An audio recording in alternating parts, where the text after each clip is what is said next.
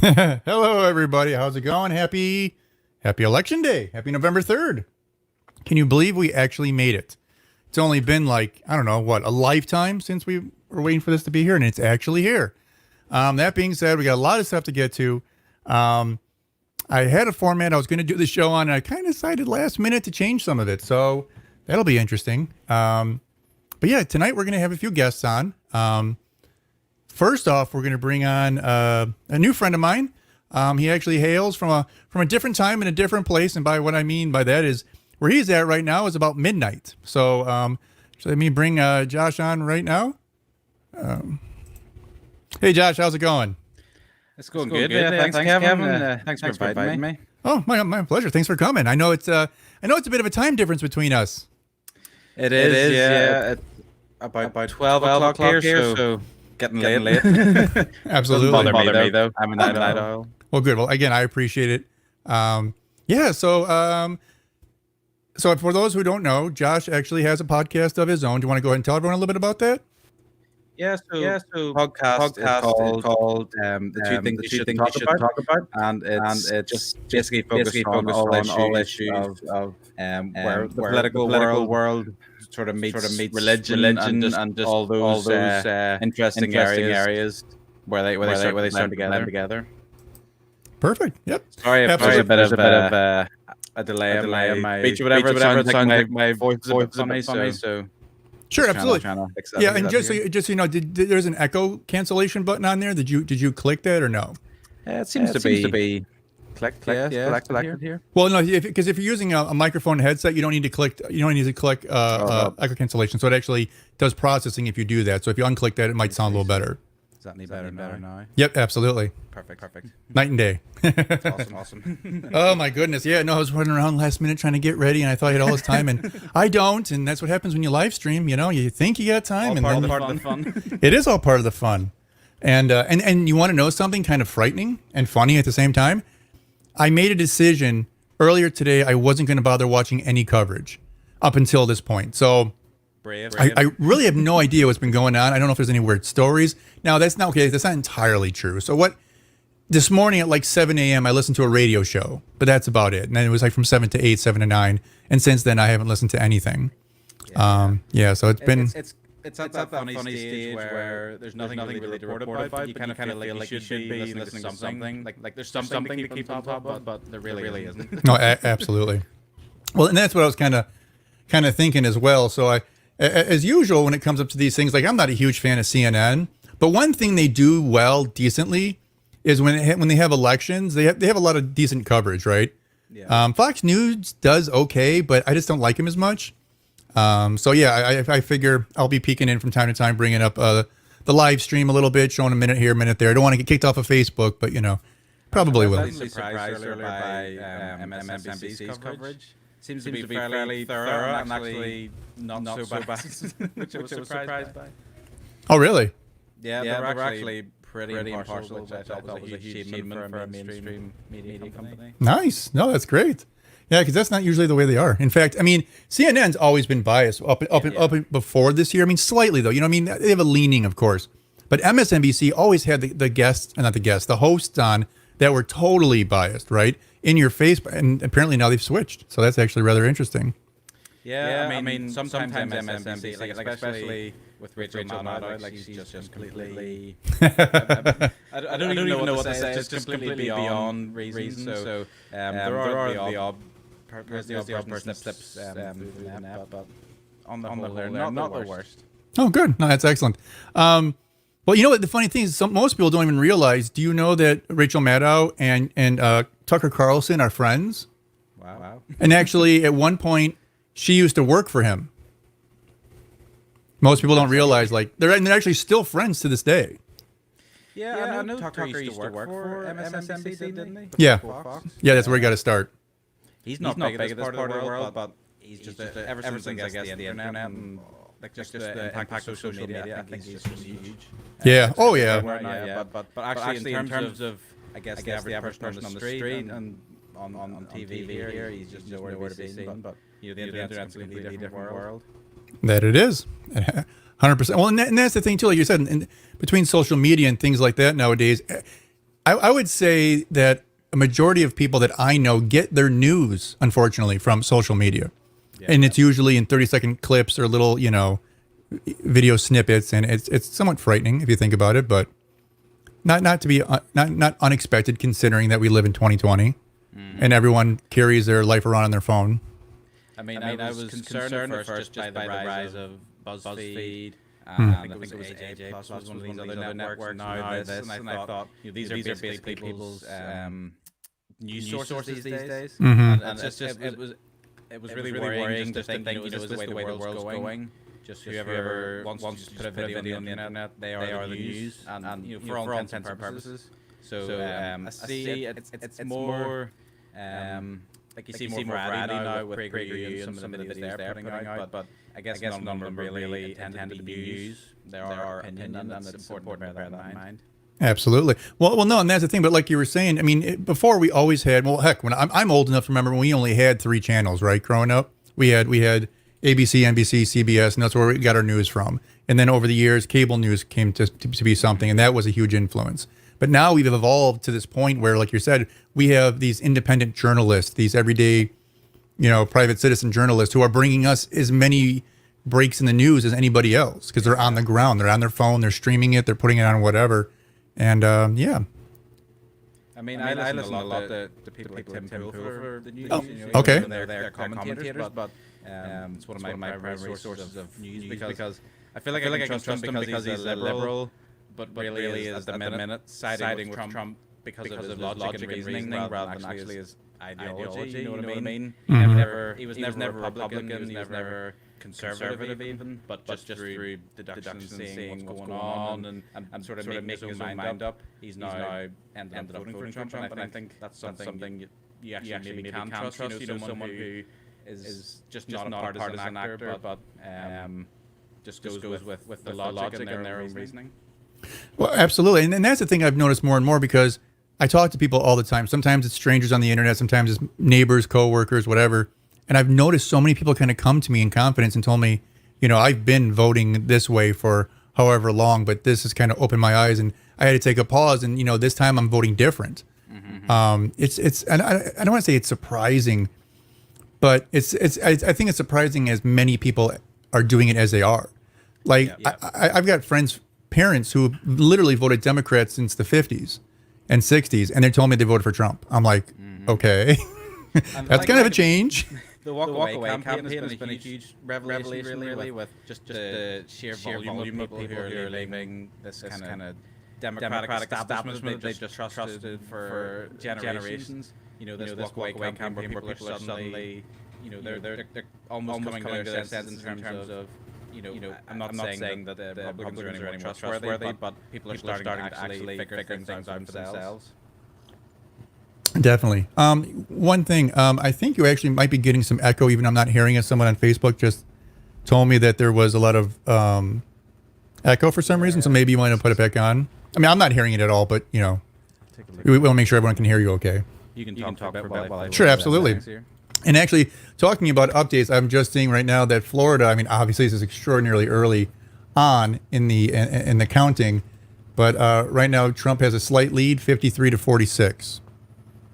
So that's actually not surprising, being it's Florida, but considering all the early voting that was put in, that's actually a little bit surprising. Yeah. I don't know. It's just so early to even draw any conclusions, but I'm just have a screen here beside as well. It says Biden 16, Trump 8. I'm assuming that's the current tally based on the way things stand. But things normally tend to become more clear. Maybe 2 or 3 hours in, you start to get to see just some more definitive results with the volume of things coming in. So I guess we can just wait and see. But it's definitely too early to draw any conclusions for me. Oh yeah, no, I mean I'm not ready to draw any conclusions, but looking at the early voting, so I was looking at historically how many people vote, what percentage of registered voters have been voting over the last 60, 70 years. And in fact, I noticed that last election in 2016 was the most total number, not the highest percentage, but the total number of at about 138, almost 139 million people voted. Mm-hmm. as we're at right now through early voting before today, we were at 99.5 or 0.6 million people had already voted. Incredible. Isn't it though? I mean, it's a great thing. Just anything that can get more people involved with the democratic process is obviously a great thing. The next big thing to sort of cross and fix would be this dichotomy of the two parties and the duopoly as it's put by people. So that'll be the next thing to see if will that ever be resolved, or will people ever be able to vote in ways just not these two established parties, but actually what they believe in. Well, That'll be the next big frontier. right. Well, and I think that is the next big frontier because people are getting sick of everything. And not only that, there's so much interfighting within these actual parties as well. I mean, when you look at the Democrats, you have the entire DSA that's rising up quickly, not slowly, but quickly through the ranks with like AOC and Bernie Sanders and all them. So that will maybe divide at some point. And in the Republican side, you have ones who are more traditional Republicans and more that are more new day type Republicans, and because of that, there could be a split. And then again, we have the Libertarians, which we can hopefully rise up.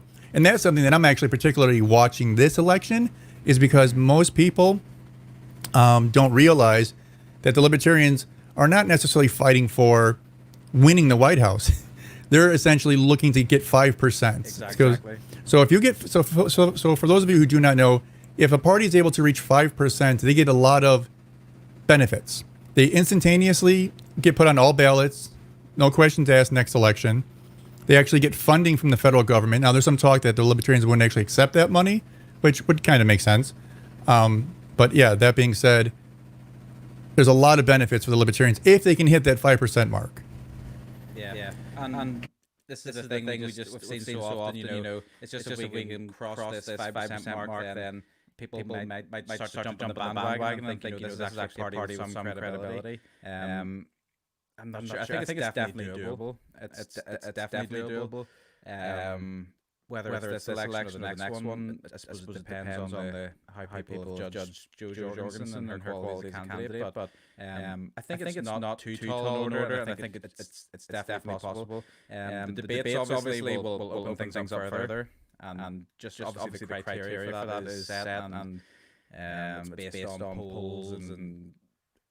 It's just it doesn't seem like that's going to be an easy one to fix, to get access to the debates for these smaller parties. But of course, there's a lot of benefits just to hitting this crossing this 5% threshold. Well, and that's the thing too that most people don't realize is that you have to hit 15% to get on the debate stage. The problem with that in the U.S. is that they have a tendency of moving that goalpost, because before there wasn't that percentage that needed to be hit, and then it was like less than 10% or 10%. Now they moved it to 15% because every time the Libertarians, or anyone for that matter, gets closer to that threshold point, all of a sudden they decide it's time to move the goalposts. So I think the best thing that the Libertarian Party can do is they actually need to be able to get some people in, not necessarily on the ground level, but even in the U.S. House of Representatives. I mean, we need to get 6 people in there. We need to get a senator or two. Somewhere we can actually get real influence to a point where we get more respect. And then at that point, I think we can build. At that point, I think we can build up. Sorry, I just did the microphone there, but it doesn't really be any better, does it? Well, the thing is I haven't noticed any issue on my end at all. You sound perfectly fine. It's just that someone else was reaching out to me to let me know that there was a lot of reverb or echoing. I'm like, okay, well, I will pass it along. For me, it's almost throw me off because I can hear my voice just. I don't know, half a second behind. So if anyone noticed stuttering, that's why. But hopefully it's not coming across to people listening. No, I think we're good. And unfortunately, my daughter decided she was going to use the dryer, so I'm trying to mute my microphone when I'm not speaking, so you can't hear the rumbling. It's almost done, but it's just an idea. Yeah, this is what happens. You tell someone you're going to do a live stream. They say, "Okay, what time? Okay, this time. All right," and then they do laundry. What are you going to do? Yep. Washing your Trump apparel and all the flags. Actually, I don't have any. So getting it ready for the presentation. Well, I do have some Trump stuff knocking around, but that's mainly from Secret Santa, where people think I'm this huge conservative, and obviously would appreciate some Trump t-shirts and MAGA hats, things like that. So I do have a small collection.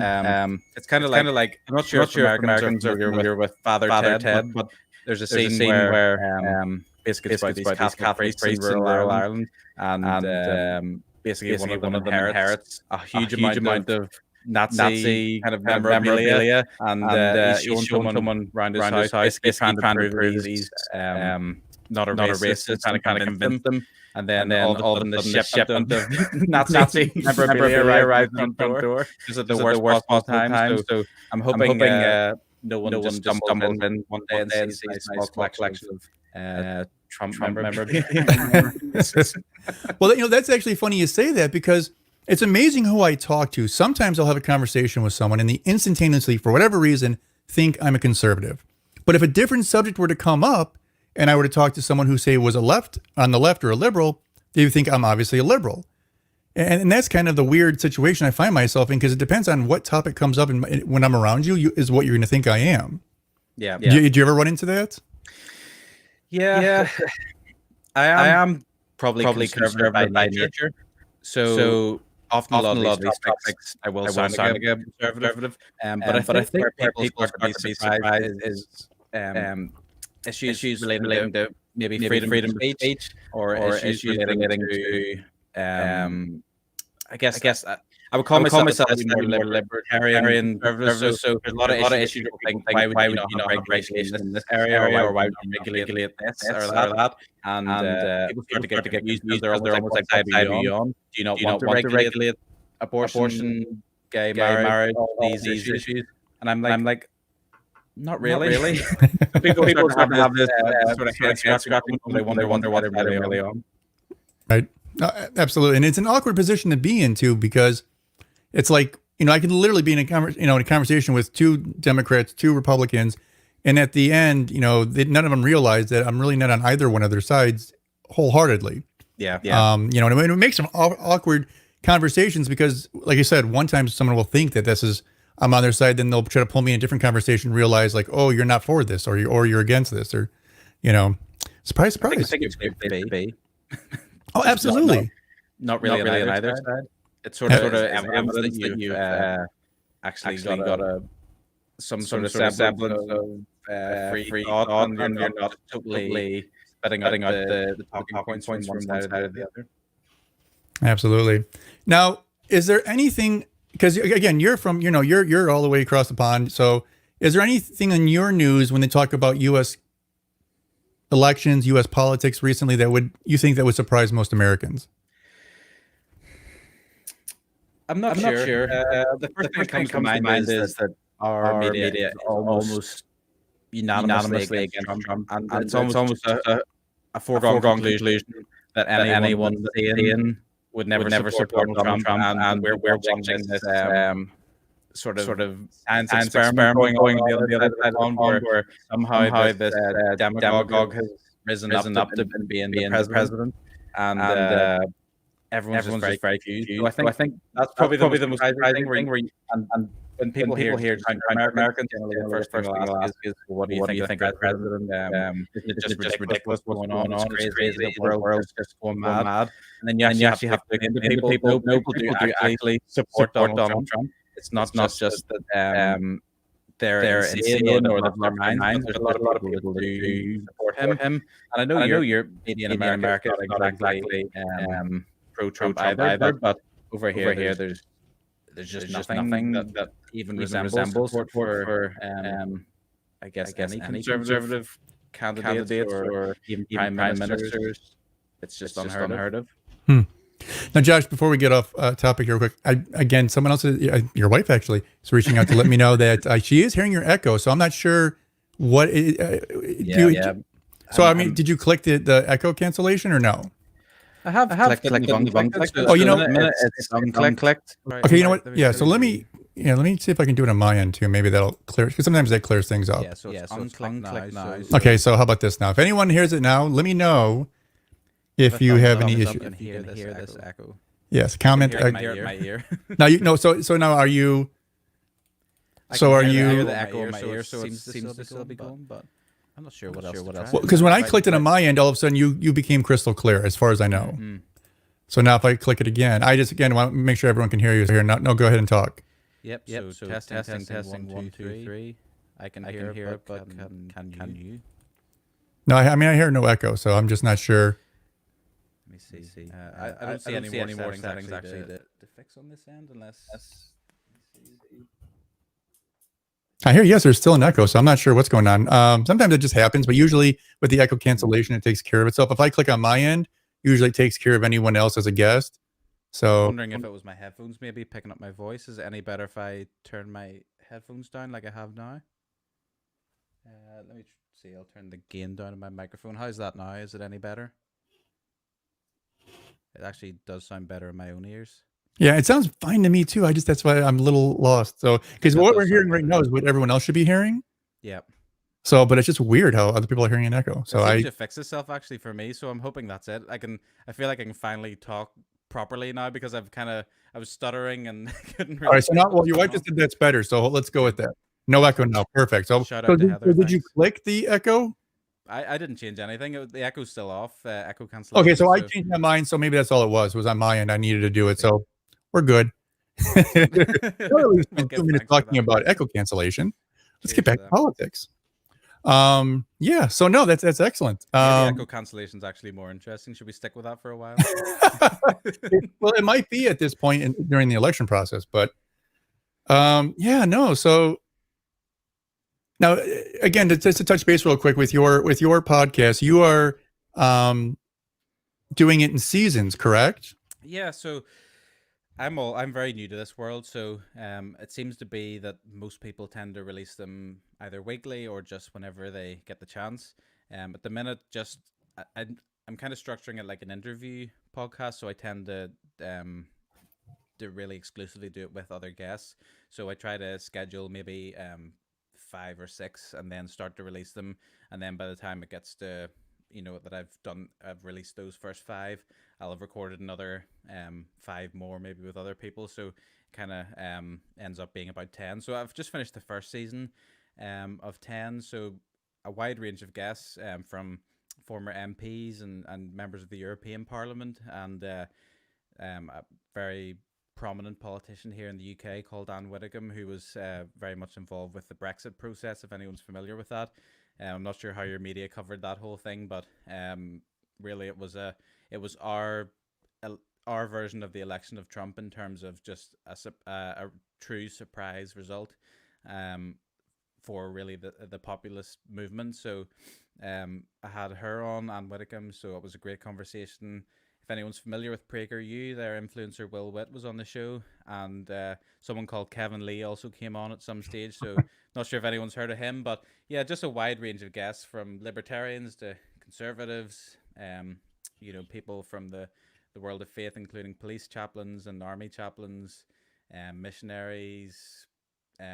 Kyle Mann, the editor-in-chief of Babylon Bee, came on. If anyone's familiar with that, I'm a huge fan, so I had to reach out to him. But that's the kind of guests we're getting on, people who really are on this boundary of where religion meets politics, and that's kind of where really interests me, how these worlds work together, and can Christians be involved with politics? Some people say no, some people say those are just the 2 things you shouldn't talk about, and that's where the name from the podcast came from. So it's really just to explore all these different views, and just there's no agenda. It's just let's talk with people who have been involved, or maybe people who are actively working, for Christians even not to be involved, or people from other faiths just to stay away from politics. And that's, it's just interesting to have these conversations, and it's kind of morphed a little over time to not just people who are exclusively, religious people or Christians that are involved in the world in politics, but people who are maybe just politicians, people who are just involved in the religious world. And it's kind of more, I've broadened it up a little bit just to expand the field of guests that can be involved. So if anyone's interested in that sort of thing, I'll shamelessly plug it now. So we are on YouTube, and just search the 2 things you shouldn't talk about, and that should come up. But it's been really fun, and I've actually really enjoyed the learning process of hearing from people with different points of view. And I think especially the libertarian one was really interesting with you, Kevin, and Q the Abolitionist. I really learned a lot from that one, and just exploring that side of things, because I always thought I was borderline libertarian whenever I did these political compass tests. was kind of surprised that I was bottom right, and then just being able to explore that and what that means. And I recently also was talking to Doug and Norman from the Christian Libertarian Institute, I think, or Libertarian Christian Institute, one or the other. So yeah, it's been really interesting to explore that side of things. So yeah, it's as much a learning process for me as I hope it is for anyone that joins and listens. Well, yes, I 100% recommend your podcast. I think you're actually doing a fantastic job, especially considering you're newer at it. I think you're really knocking it out of the park. So if anyone gets a chance to check it out, please do. I'll probably put a link later on in the video for anyone to check it out. But yeah. Awesome. Thanks. Yeah, I really have loved seeing your work, and I guess it was just a coincidence that I saw you on Twitter, really. And you know, it's what are the odds of coming across anyone online these days? There's just so many people doing so many shows, and I listened to some of your work and really enjoyed it. So I thought, I don't really know this guy at all, and I didn't know Q at all, but I knew these two guys that had interesting podcasts, and I thought, you know, where's the risk in just talking to people? And if one of you guys turned out to be a complete nutter, then that just makes it even more interesting, you know. But people are surprised when I say, you know, if Alex Jones talks about religion all the time, if he wanted to come on my show, I'd talk to him, just like Joe Rogan says, just because there's absolutely no benefit in just stopping people and deplatforming them and just putting them in the shadows, because in a lot of ways that's even more dangerous, because without exposure to all these different points of view, then you know, these kind of, say it was a dangerous movement or a dangerous thing that was someone was saying, maybe even encouraging terrorism. If those things go on in the shadows, then there's just not that oversight from the common person. You know, people don't go on and say you're a nutter. It's just the people that support that kind of thing. You know, if someone supported terrorism, they would end up finding them becoming even more radical. So I think there's kind of a check and balance really with putting things out there and opening it up to the opinions of the common person. Absolutely. Now, hold on. I got distracted here because we actually have an interesting comment from Mike Schaefer. He actually had a few questions. I'm sure you can see it on the screen. Mm-hmm. It says, what's the goal of the average American in this election? Are we to fix the economy first and then worry about health, or the other way around? Or are there those who just completely downplay the risks of COVID, hoax players, if you will? I heard one say that Biden would just be transitioning period, sitting duck. Sorry, can't read on my angle here. And then the true transformation would take place in 24. Excellent question. I don't know if you want to kind of put 2 cents into it. I can't speak for the goal of the average American, other than those who are in my circle, namely my wife's actually from Florida, so I get some of her perspective and her family, and a few others that I know that live in Northern Ireland that are actually originally from America. So I don't know too much about what the goal is of the average person. Maybe you could talk more about that. But in terms of Biden being a bit of a, I guess, a sitting duck or a lame duck president, I think that's totally reasonable, because pretty much everyone, I think, expects him to not last 8 years, and that Kamala Harris will indeed end up taking over at some stage within either the first or second term. So he could be a foot in the door for the Democratic Party, and definitely the more progressive element of the party, because he's a moderate, and unashamedly a moderate, you would say. Never really has been he's never been in the more progressive wing of the party until recently, where he started to appeal to that element a little more. But he could definitely be a foot in the door, and then they'll install someone maybe like Kamala Harris, or you know, the sort of rising stars of the party, such as AOC, might start to get a bit of traction maybe within the party. Not to say that she would ever be nominated as a vice president or anything like that, but I think Kamala would definitely be more influenced by the more progressive side of the party. So I think that's definitely an interesting observation there, where Biden absolutely could be someone that's definitely a transition player. He's not going to be the president that the Democrats end up running with, but he's going to be someone that gets elected and is sort of palatable to the masses, but then someone else is installed after that. Well, absolutely. And you know what? I'm going to take it a step further there. I view Biden as essentially being a Trojan horse, in the sense that they're going to keep him in there for as long as they need to. Is that 6 months? Is that a year? Is that 2 years? Whatever it might be. And then whenever they have an opportunity to step up or make their move and start doing things. And like you said, Biden has always, I don't know, he's always had opinions, right? He's been in politics since the 70s, and he's on a national level, and he's always had opinions, but his opinions change with the wind, right? Yeah. He was against same-sex marriage forever until 2013, 2014. Then all of a sudden, magically, he's 100% for it. You know, and was Obama. Yeah, same with Obama. Same with Hillary Clinton. They were all the same way. So yeah, so I but find that slightly worrying about some people, because I saw an interesting comment, and I posted it in our Instagram page, which is I think it's at the Two Things Network. But basically, I think it was Dan Crenshaw said that the thing about morality, especially in a religious sense, is that those morals don't change. So when you vote for someone that's somewhat religious, I guess you get an idea of what they stand for.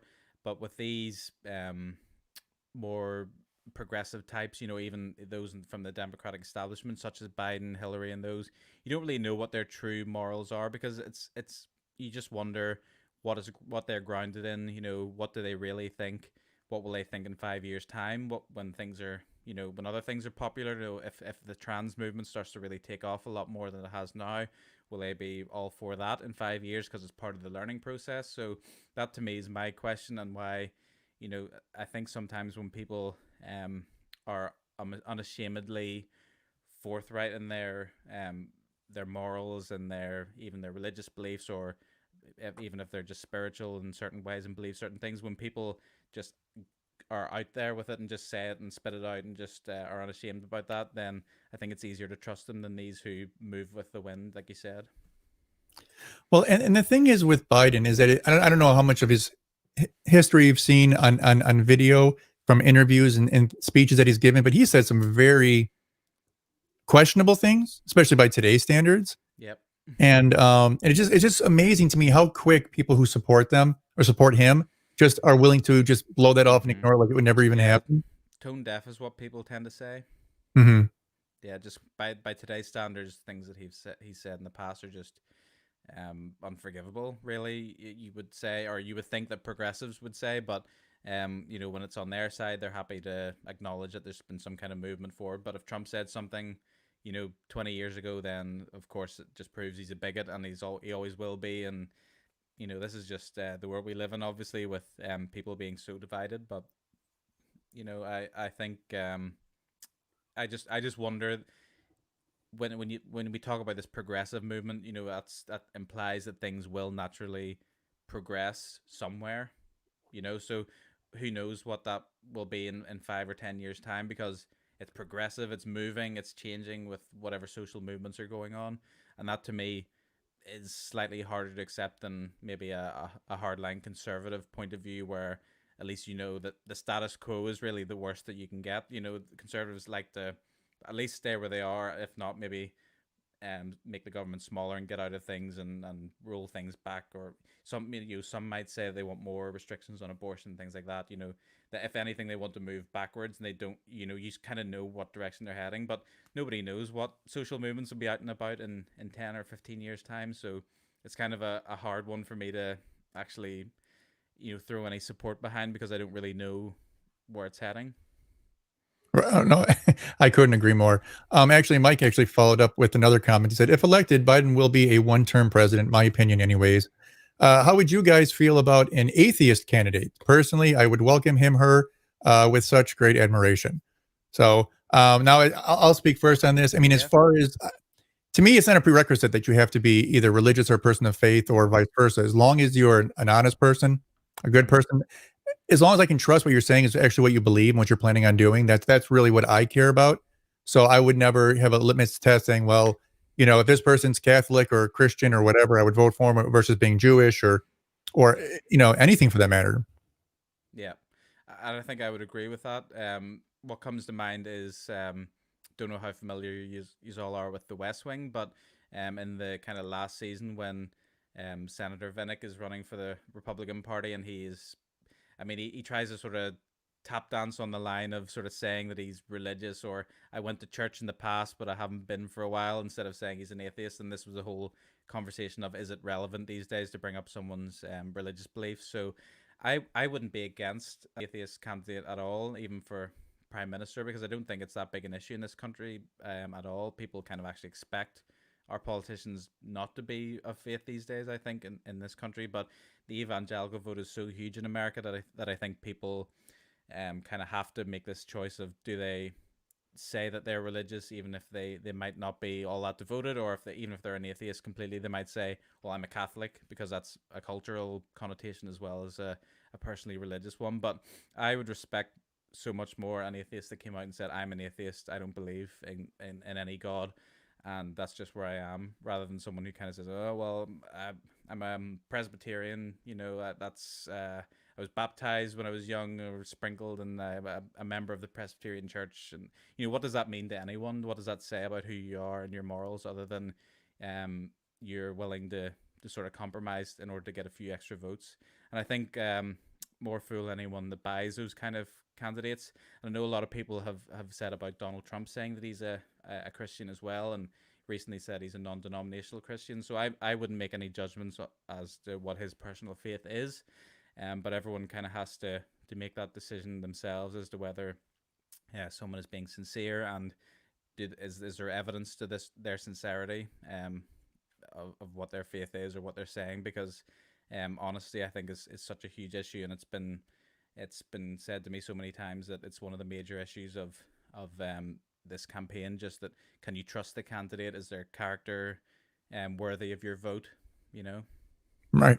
No, and the thing is, like with Biden, it's like, I'm not saying I would never judge and say, well, someone isn't what they claim to be. If he says he's a Catholic, then he's a Catholic. Yeah. But again, it's about the fruit, right? If you claim to be a Catholic, then you should probably live out the life of a Catholic, or a Christian, or whatever it might be. So when everything you do is contradictory, it kind of, to me, and again, I don't mind the fact that he is or isn't religious, but again, like to your point, don't lie about it. Don't exactly. Tend to be something you're not, and then essentially you lose credit in my eyes just because you're pretending to be something you're not, just so you can get a vote, just so you can get elected, whatever it might be. Exactly. Yeah, that's where I am as well. Just be honest, and I think people will respect you more for it. I think if Donald Trump came out and said that he wasn't religious, I'm not sure if he would lose the evangelical right. Would he lose their votes? Probably not. Who else are they going to vote for? Probably not Joe Biden. So I think you get more brownie points from me for being honest, rather than trying to hide it. But that's not to say he isn't a Christian, or I'm not saying he's lying about that. But just saying, say he was an atheist, just come out and say it, because I think you'll get the respect of a lot of people, even if you feel like you might lose the votes of others. True. And again, you should always be true to yourself, because when you're authentic like that, it's going to come through to people who are viewing you and judging you for a position, right? So essentially, when these people are running for office, they're running for a job. They're essentially on a job interview. So if you were to sit down with two candidates for a job and say you're the boss, if you're watching these people, you're going to simply look at them and be like, well, this person seems like they're lying, this person doesn't. I'm going to give them the benefit of the doubt for this position because of it. And again, they may not be the best person for the position. Mm-hmm. Again, yeah. You can only judge them on what you can see and what you know. Yeah, so that's the tricky part. How do you know who to trust or what to trust these days? It's you just have to go by, like you said, what you can see and the evidence before you. And there's been this huge debate as well about policy over character, or should you vote for the policy of a party and a candidate more so than the character that they represent? And again, you just have to go with your gut on that one, but you have to use sort of all the evidence at your disposal, whether, are they someone that you want to vote for because they're modeling the kind of characteristics and the traits that you want to see in a leader, or are you voting for them because, whether or not they're polished, they will move forward with the agenda that you side with? Well, and not to change course too far here, but it kind of ties into what we're talking about. The one thing I admire about the Democratic Party is that they have a knack of being able to stick together. Like, even if two people in the party hate each other, but they know they need to work together for the common good of the party, I've seen them do that time and time again. Perfect example, Joe Biden and Kamala Harris. If you watch the primaries at all, when they're going toe-to-toe with each other, they're acting almost like they couldn't stand each other, especially with Kamala Harris. In fact, Joe Biden would make comments up on stage, and she would just kind of shake her head and discuss and look away like, I can't even believe I'm on the same stage as this person, and now all of a sudden they're buddy. But they play it off very well, and it's to their credit. I mean, the thing is, I think unfortunately a lot of people in the Republican Party, when they don't like Trump, like he doesn't like you, everyone in the world's going to know he doesn't like you because he's going to tweet about it, he's going to talk about it, and he won't shut up no matter what, no matter how bad it's going to hurt him. So again, to the Democrats' credit, that's something they do very well. Yeah, well, there's pros and cons, I think, of this as well. I think just like in church life that people will quote, unity between denominations, I think it's important to come together behind your candidate and support them.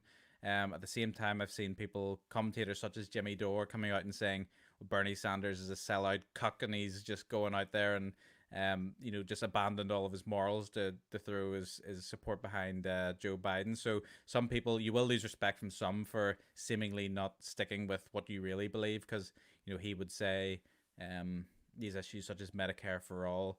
Why would a candidate like Bernie Sanders throw their support behind Joe Biden if he's is he just willing to compromise that whole part of his agenda that he's worked towards for so many years? Is he just now a sheepdog of the party, just does whatever they say? So it's a tough one to kind of balance. There's unity, and then there's being an advocate for your point of view. I think in the Republican Party we've seen a lot of people just falling in line behind Donald Trump, rather than maybe pushing for him to be, even molding him to be the president that they want him to be or think that he could be.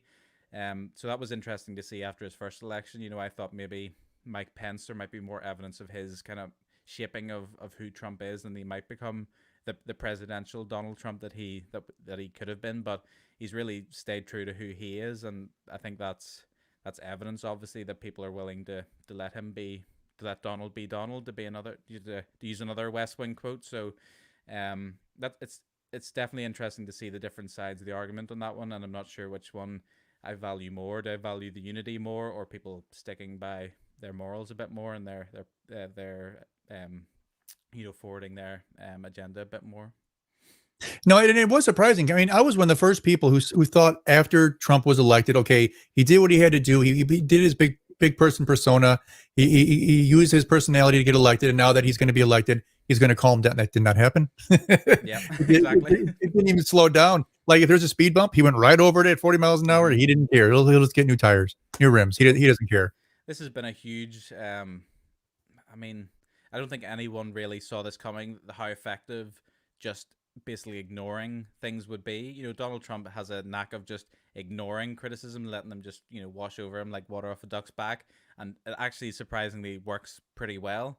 If there's a big story in the news, just say fake, don't worry about that, look over here, and it actually works a lot better than people expect, because the media is fueled by the outrage, and if there's no outrage and people have moved on, then that story just kind of has to die. So it's been one of his biggest weapons that he's used, over the course of his presidency, is just plowing through the negative press and just allowing himself to just ignore things, change the agenda, look over here, here's something else we're doing. If people are criticizing me for, I don't know, you could name one of 100 things that he did, he'll bring up something else and announce something else that kind of takes the shine off that for the haters. So it's been really interesting to see that develop more over his presidency, but I'm not sure if it's a good thing necessarily to, because even we've seen evidence of the movement towards that, even with the Hunter Biden story and the laptops. You've seen actually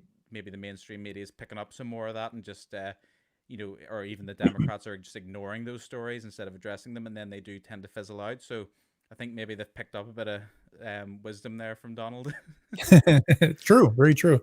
Excuse me. No, it is. Speaking of that issue with the whole quote unquote Hunter Biden scandal, that's something that's really bothered me as an American with this election. Is I understand the media feels partly responsible and guilty, if you will, for partially getting Donald Trump elected in the first place. They feel like they gave him too much credit, too much airtime, too much whatever, because they were just enjoying the adware, the AdSense they were getting from getting people to watch their shows. And now they've kind of like overreacted and overcorrected to the point where they're ignoring things that look to be plainly obvious as if not necessarily completely true, at least stories that should be covered, talked about, and they're so afraid that if they talk about something for 5 seconds, indeed, it could come back to bite, quote unquote, the Democrats in the ass and allow Trump to be reelected. And because of that, they're ignoring literally the elephant in the room. Yep. Well, we've seen the media grow this kind of conscience that they would have never had in the past. Suddenly, it's their responsibility to have this kind of moral compass that they live by. We can't allow Donald Trump to be elected again. We can't cover these stories. We can't give them airtime. I don't think that's the proper role of the media. I think they have to put things out there for the sake of just news and allowing people to hear the facts.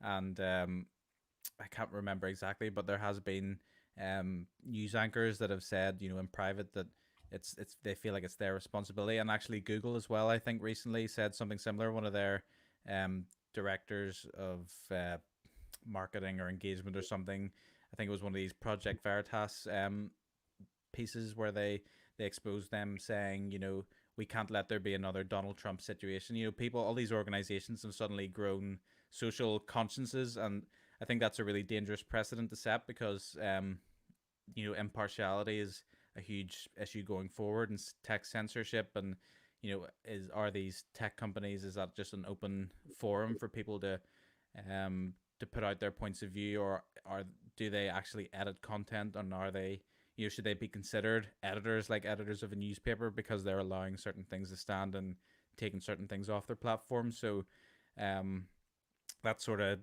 a bit of a tangent that we can go on if you want to, but it's we've seen just basically this trend of organizations, companies, corporations, setting their own agenda and acting as if they have this moral compass that they live by. Well, and absolutely, and I'm sure you probably saw this, but there was a big story that came out shortly after the election back in 2016 where Google had a company-wide meeting essentially, and they were saying that, we're not going to allow this to happen again. We've made a mistake, blah, blah, blah. And I mean, that was dangerous, in my opinion, for a company to come together. And like you said, they're in this weird, safe, untouchable position because of this law that's in place currently. That allows this protection. Like you said, they can act as a publisher, but be protected like a platform. Yeah. And there's a lot of talk now of wanting to get that obviously removed and overturned. Now there's some dangers in that as well. I don't know if you've ever heard of what's it called now? Is it GK? What's his name? It's famous theologian. G.K. Chesterton, is it? Yeah, Chesterton fence. You ever hear about the Chesterton fence? So it's kind of like that ideal. Yeah, it's I'm not sure if I'm familiar with that one exactly, but it's just this conflict between is it an open, people say is it like the concept of a public square where people can say what they want, or is it a publication?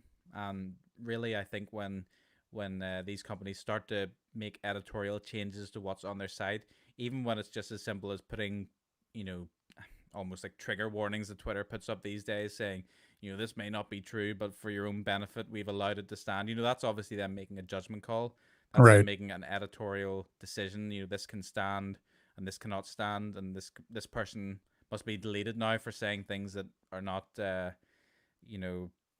not halal as such. They're just these things can be allowed, these things can't. So I think as soon as they step into that realm, I think they automatically become the equivalent of like a forum or newspaper, really, that kind of thing, where there's an agenda behind it. So I don't know, people say that repealing this, what is it called, section 430 or something like that, 230. 230. Yeah, some people say that this is not the way forward. I haven't looked into it all that much, but I think we need to do something about impartiality on these major platforms. Right. Well, and the reference I was making before, the G.K. Chesterton fence, because he wrote about this. He about a fence that was basically in the middle of nowhere that no one had any idea why it was there. So they immediately decided to tear it down, but they didn't think of the consequences as to why it was put there in the first place. Mm-hmm. So because of that, some people are kind of fretting that if we decide to remove 230 and then now treat all these treat all these platforms as publishers, then no one's going to be allowed to put anything out, and then social media will cease to exist as the way we know it. So it's kind of a double-edged sword. To quote the president, repeal and replace, I think, is the order of business there, where you can't just tear things down and not replace them. But I believe that law's from 1993 anyway. Like what existed in 93?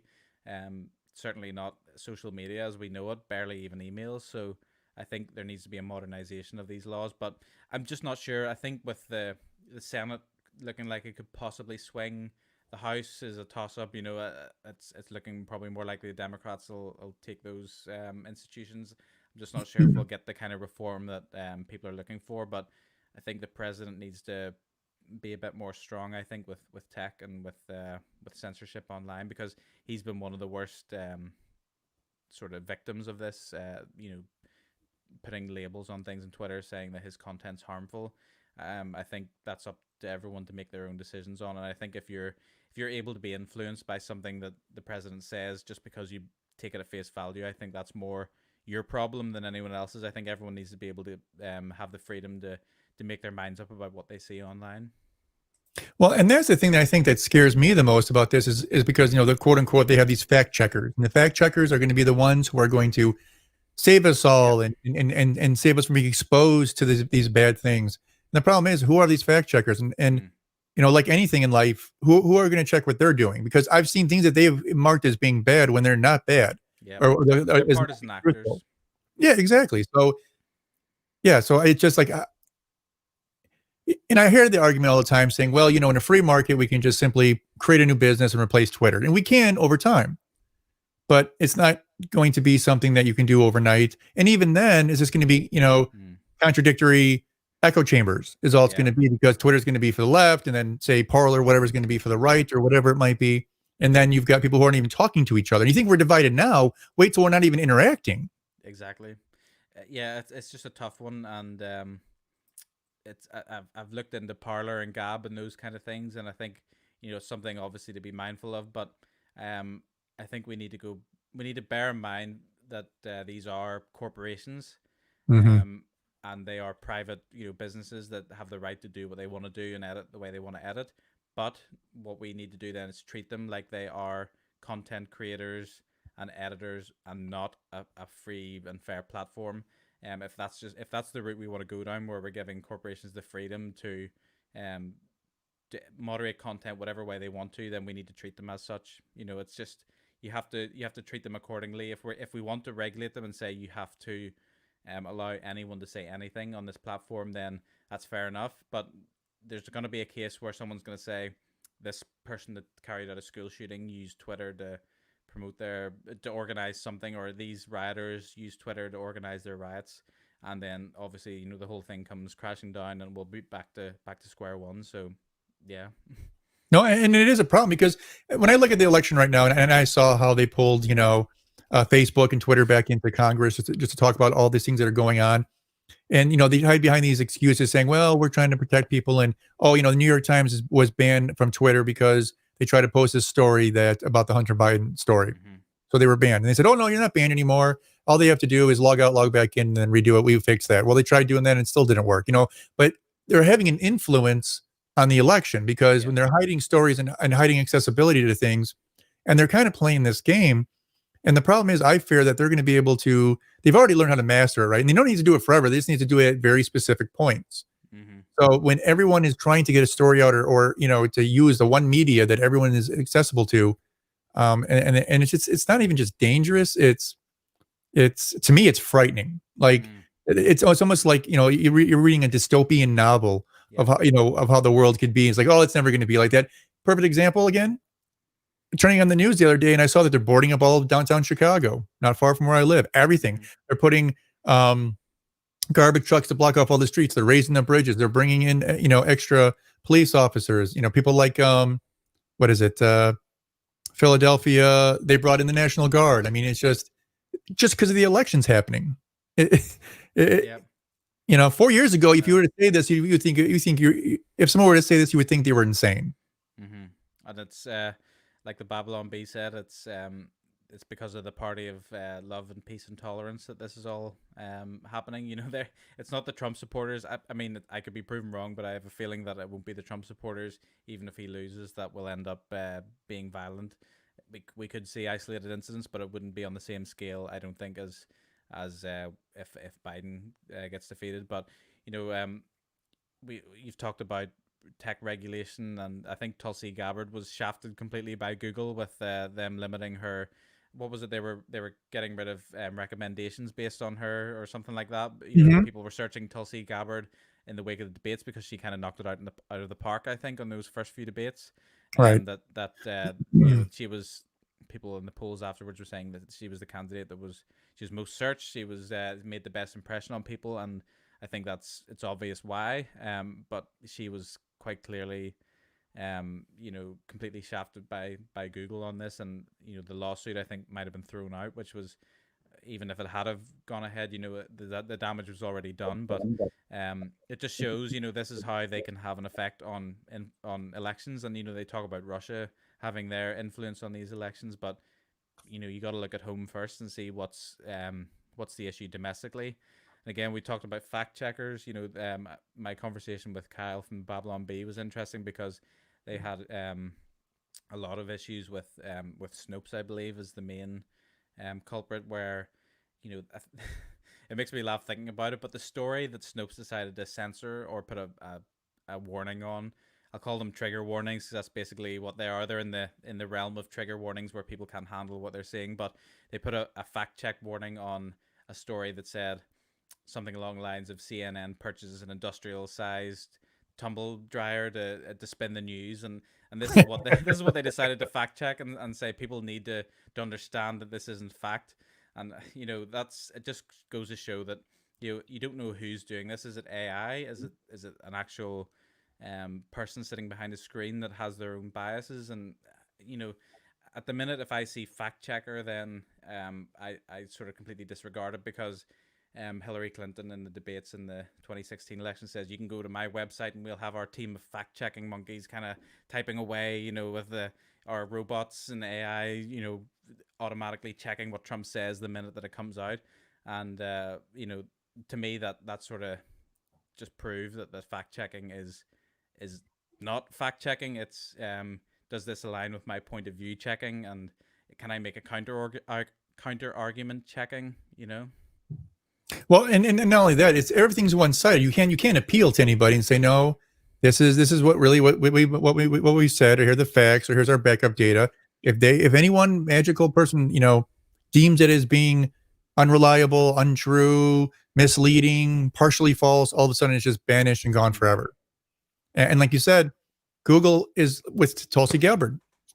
They knew she was a threat. They didn't want her to rise up as a star, so they eliminated her. And all they had to simply do was just delete some searches. Yep, and say she loves Assad, and then automatically, she's discredited and tarred with that forever. But really what fact-checking seems to be doing at the minute is giving this kind of credibility and legitimacy to censorship, and on totally partisan lines. It's not like it's censorship for the common good or some vague thing like that. It's actually that it's censorship to further a specific agenda, and it's giving the legitimacy to that process by saying we've checked this and we've decided that it can't be shown because it just doesn't compute with our agenda.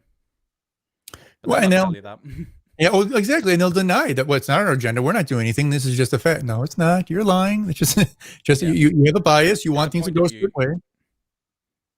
It's totally a point of view. It's not. They aren't usually fact checking. They're usually making a rebuttal.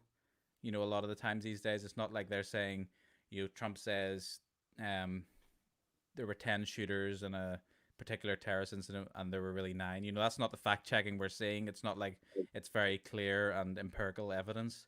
It tends to be something like Trump says, I don't know, the wildfires in California weren't caused by climate change. And they'll say, well, really it was caused by climate change because of this, this, and this. But really, on the other side, you could see a fact checker that says, or someone that fact checks that says, no, it's not caused by climate change because it's caused by forest mismanagement. So really what we're seeing is they're promoting their point of view. They're not. It's not like they're sort of weighing in on things that are opinion and aren't fact. It's not factual that forest fires in California are caused by climate change, because that could be an element, but it's not the whole picture. But they will say it is. They'll say it's a fact. But they have an agenda and they're trying to push something some way. Yeah. And that's what they're going to work towards. Now, actually, it seems like we have a very popular commenter here. Mike is back with another one, and it's actually addressed directly to you, Josh. So it says, being from across the pond and hearing your accent, I'm assuming you're from Great Britain. Having said that, how is Bertrand? Well, actually, I don't know if you want to go ahead, and read it. It's actually rather long.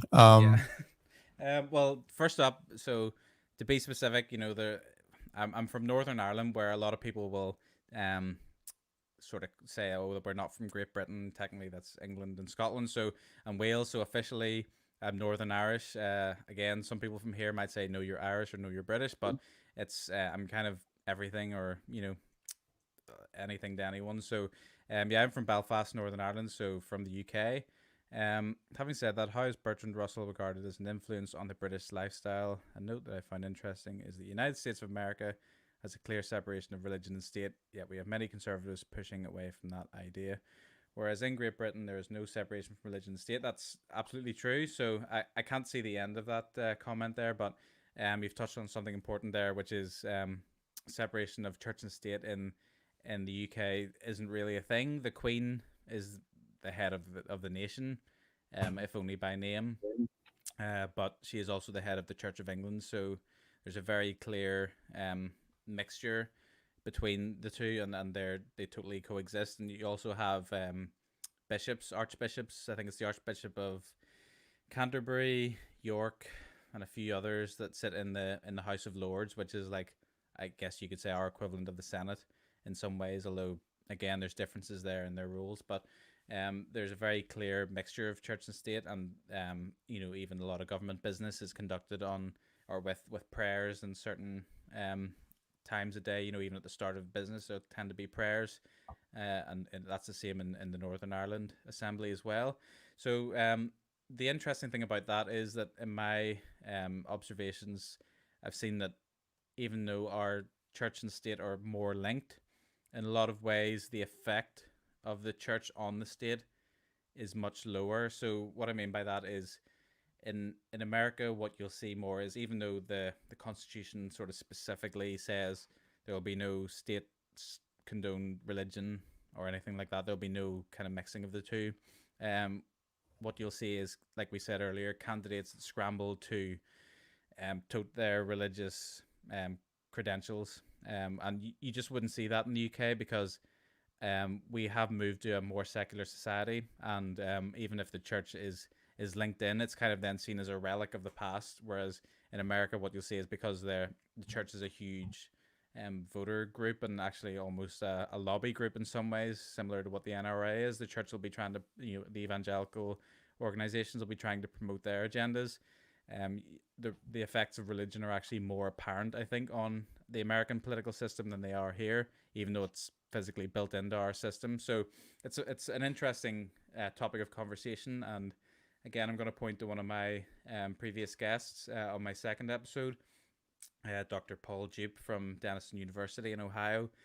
He's a professor of religion and politics, and we touched on some similar issues, but a lot of his work is, I think it's on religion in public.blog, and he does a lot of research into the effects of religion in society in America. But I would defer to him and a lot of his research on these issues. But definitely an interesting topic of conversation. I think just the evangelical and the religious wing of American society is much more active in politics than it is in the UK, even though it's built into our system. And Mike, just so you know, I'm not sure if you heard that before, but the bottom of your question does seem to have been cut off. So I'm not sure if there was another point you were trying to make, but if so, perhaps you could.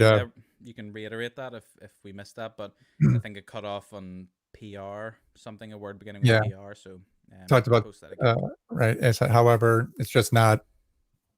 And then after that, we didn't catch it. So if you want to finish that, go ahead. But yeah, no, it is a different world, because obviously historically, Great Britain, the UK, they had a lot of churches back in the past, and you just said they've become more secular. Now, even the US is almost a postmodern Christian, where we have started losing much more of our faith, working towards more of I wouldn't even call it a secular or atheist, but more of an agnostic type thing. Because most people you talk to who claim to be atheists, claim to be non-believers or irreligious, say, well, there's probably something, but I just don't know. Loosely spiritual, yeah. Exactly. A lot of spirituality. So you're going to see a lot of that. So, I mean, maybe, and again, How old is the UK compared to the US? Yeah, what, 3 times or 4 times as old now? Yeah, so Yeah, at least, yeah. So it's quite a difference. So I'm assuming, like, again, yeah, it comes from a different time. Yeah. yeah, I'm sure we'll get to a point, and there'll be revivals, and we'll go back to a point, and it just kind of a system of ups and downs. Hmm. Just kind of depends on how hard people continue to fight for whatever they believe in, or give up, or give in, or it's a Yeah, lot of it as well. it tends to be when religion starts to take a dip in society and move away, then there tends to be these stronger movements rise from that. And I mean, that's not just specifically limited to this argument. We see it all over society. When something, I think I see some of this in what we see with Trump at the minute, in terms of it's definitely a backlash. And this is just a pattern that's repeated over time.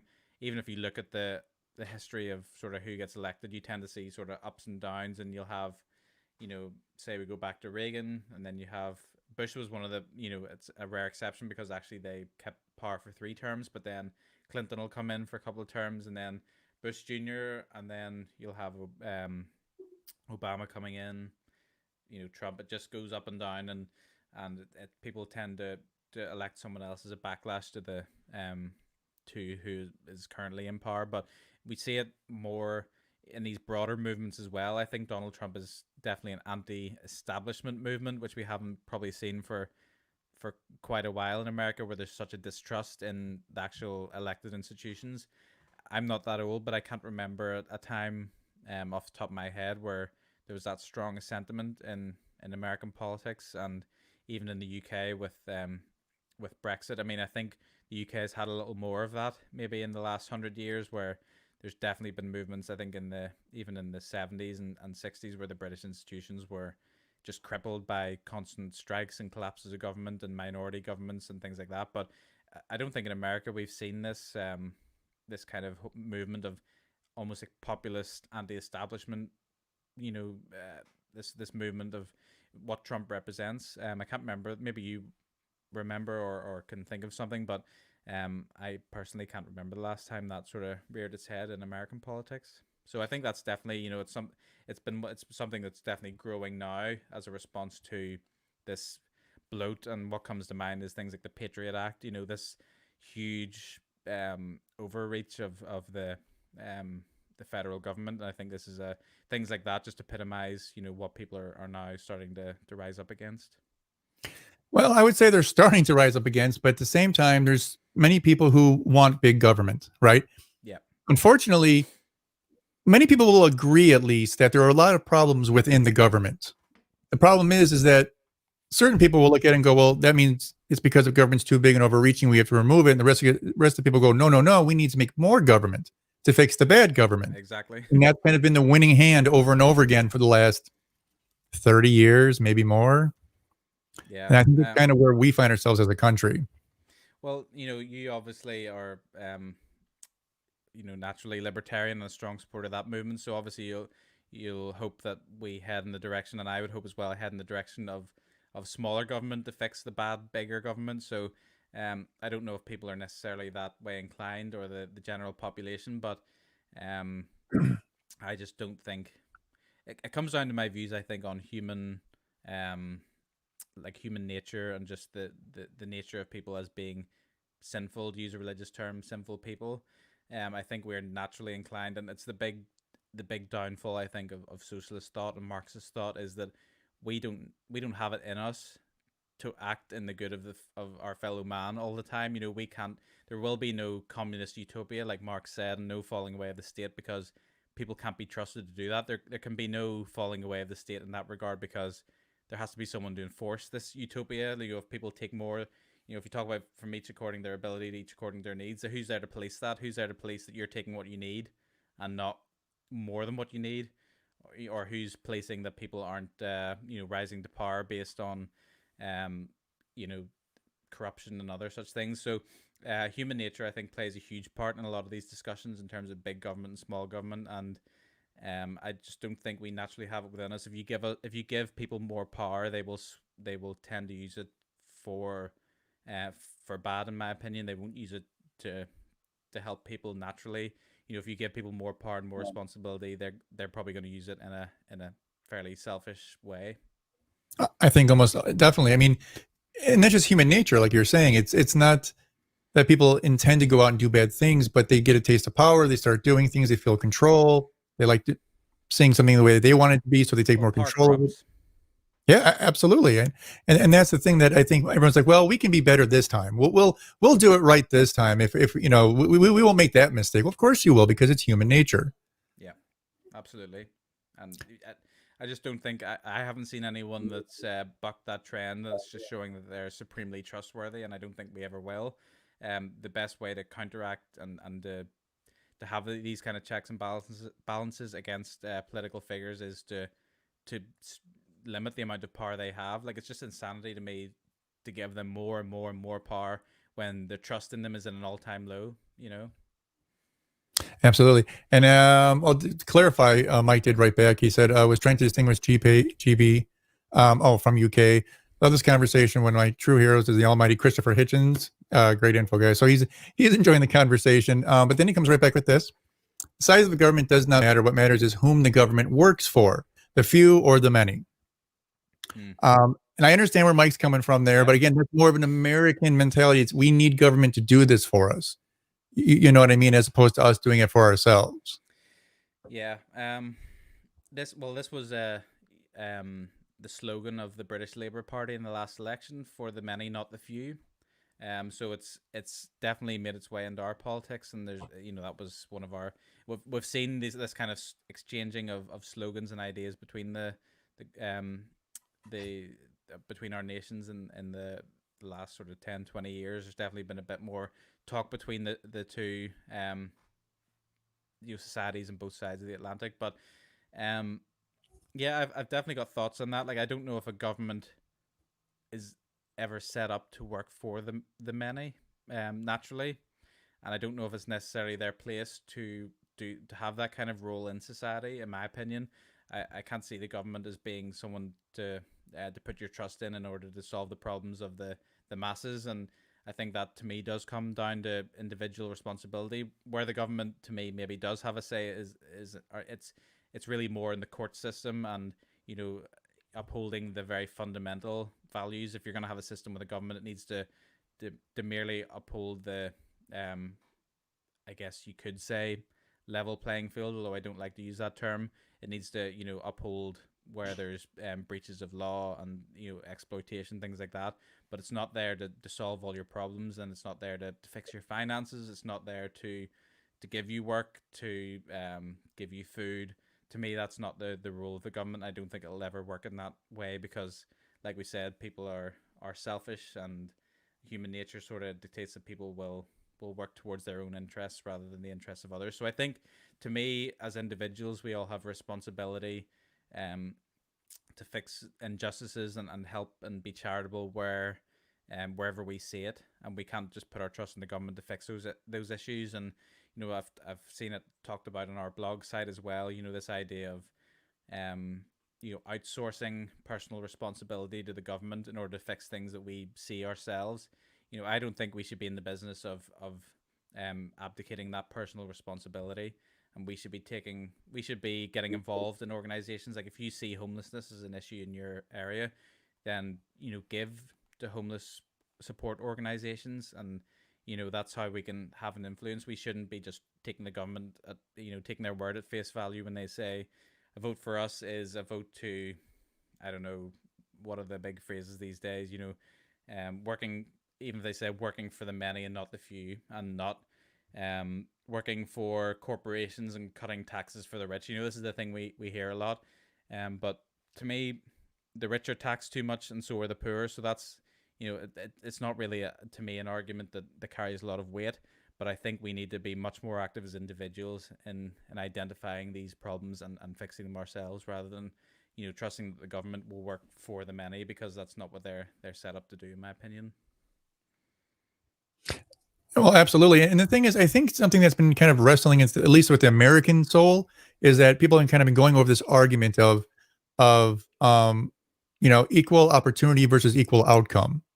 Yep. Like everyone wants equal opportunity, but there's a certain group of people who believe, again, that's yourself. That's about self-responsibility. Do you get there versus making sure everyone gets there, or at least to a certain minimum. Yeah, but and then yeah, go on. No, I was going to say there was a prominent political character in Northern Ireland, albeit in a different context, said something along the lines of equality is a Trojan horse, and he was using it to talk about a different agenda. But to me, this is what I've been seeing much more, that the buzzword for the last 20 years or so of my life, I'm not that old, I'm only 23, but all of my sort of memorable life has always been about equality, equality, equality. What we're seeing now is, in the last year, the word equity is just sprung out of nowhere, which is totally different to equality. You know, equality to me does indicate equality of opportunity, and you know, like I said about leveling the playing field, although I don't love that term. Basically, equality is giving people the ability to live their lives as freely as possible, unimpeded, and you know that you would just allow people basically to make their own choices and live their lives. But what we've seen now is this move towards equity, and so many political characters are saying now, we want equity for all, which is equality of outcome, and that to me is totally dangerous, because it's not what we were being sold. I think for a while, you know, for the last however many years, we've been sold equality in terms of opportunity. You know, break the glass ceiling, you know, get more people of color onto certain boards and higher positions in business. That's, to me, it's equality is then giving people the opportunity to be able to excel. But equity is where then you start to actually, you don't enable people to do well, you actually limit them in some ways, because you're telling them, you know, this is your outcome, accept it now, you know, this is, you can have this life, you know, we'll give you this universal basic income, and you can have all these certain conditions, and that's just basically state control and just telling people what their lives will be like, instead of allowing them to live it themselves. So it's been disturbing for me to see equity spring out of nowhere seemingly in the last year or so. It's now the new buzzword from what I see. Yes, and I agree, because, and I think it's because people, I'm not saying people don't want to work, but if people know, like, hey, I'm not going to get to where I want to be in this world, but if I know I can get to this place and I never have to worry about paying my rent again, buying food, even though it might be crappy food or a crappy place to live, I never have to worry about it. You know, it's almost like the mentality of a person, like I've actually known people who have done this, who've actually gone to prison on purpose, because they know they've got a roof over their head, they get health care, they have stability, a place to sleep, they get food. And it's frightening, but it's almost like taking the easy way out. Yeah, it's like when you interview people from the ex-Soviet nations, you know, even communist Russia back in the day. If you interview people who are who remember the Soviet Union well, they'll say, you know, our lives now aren't great, but you know, back then we got our sort of square box room in this 5-story apartment complex, and we got our certain amount of money, and there was stability, and you know, life was fine. No one ever said life was amazing, but they were like, you know, the government took care of us, they give us what we needed to survive, and basically people living like chickens in a coop. Basically, they weren't being allowed to get out there and just follow their dreams. They're just, you know, the mentality was so ingrained in them that we were taken care of, things were fine, nothing to complain about. Josh, I believe you're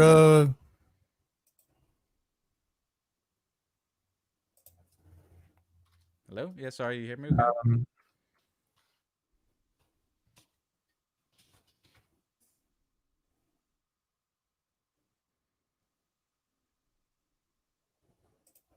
I think I'm still on the screen here, but not quite I sure can't what's hear you, going bud. on. Oh, you can't hear me at all? Oh, okay. Seems to be working on my end. Let me see. Can you hear me okay now? Yeah, no, I don't know. I'm not sure what happened. Let me see. Yeah, so actually it looks like we're gonna have to Can you hear me now then? Is that any better? Yeah, I'm not sure. Nothing at all? On my end, it looks like everything's okay. Did you check under your cam mic and see if your mic was still set there, or did it change? The mic is still coming through loud and clear on my system, and it's showing that it's coming. So sorry, everybody. That was actually a really good conversation too. Can you hear me? 1, 2, 3. I can hear you fine. Can you hear me? Yes. Yeah. Yeah, but I can't hear a thing. Let's leave it there. If you hold on. Just sent you a message there. Absolutely. So I want to thank Josh for joining us again. I know it's very late for him. It's actually got to be after 1 o'clock in the morning. Yep. For you, right? 20. Yeah, 1:20. So again, I appreciate you staying up. And thanks again. It was great talking to you, and we'll have you back on sometime soon. All right. Absolutely. All right. So thanks, Josh.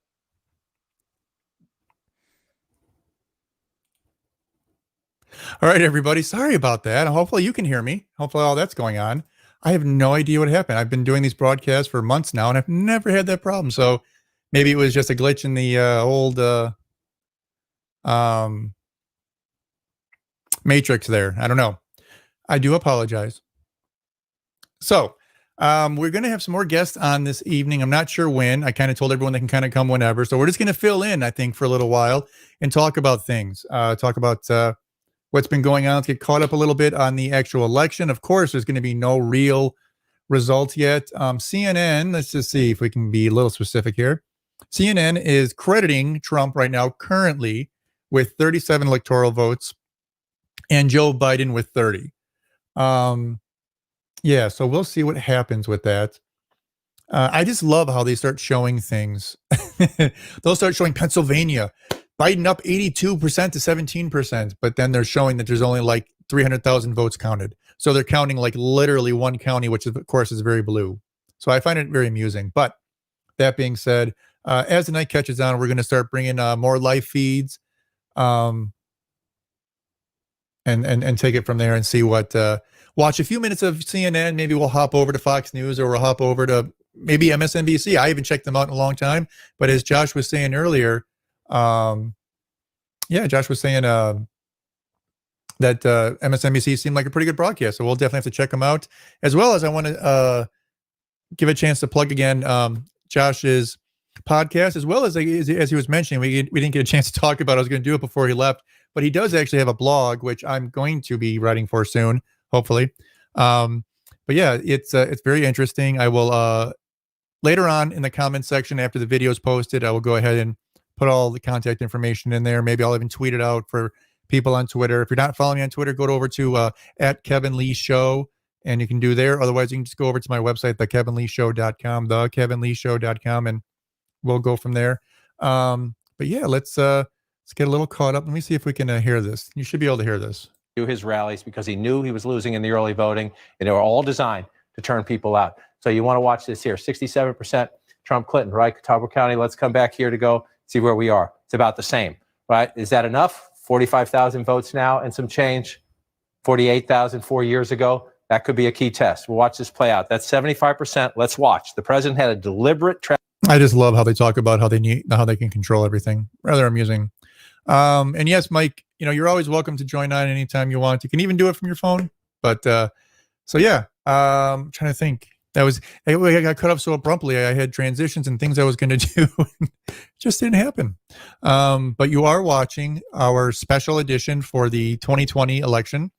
We are scheduled to be on till roughly 10 p.m., give or take. We might end a little early. We might go a little long. Just kind of depends on what happens. Because if things start getting heated up and we're getting close to some decisions, or if one candidate for some reason jumps ahead and steals 3 huge states and they're going to call the election, maybe we'll stay in a little longer. And if it seems like we're not going to know for weeks, then we'll probably, not extend the broadcast any longer on the basis of that.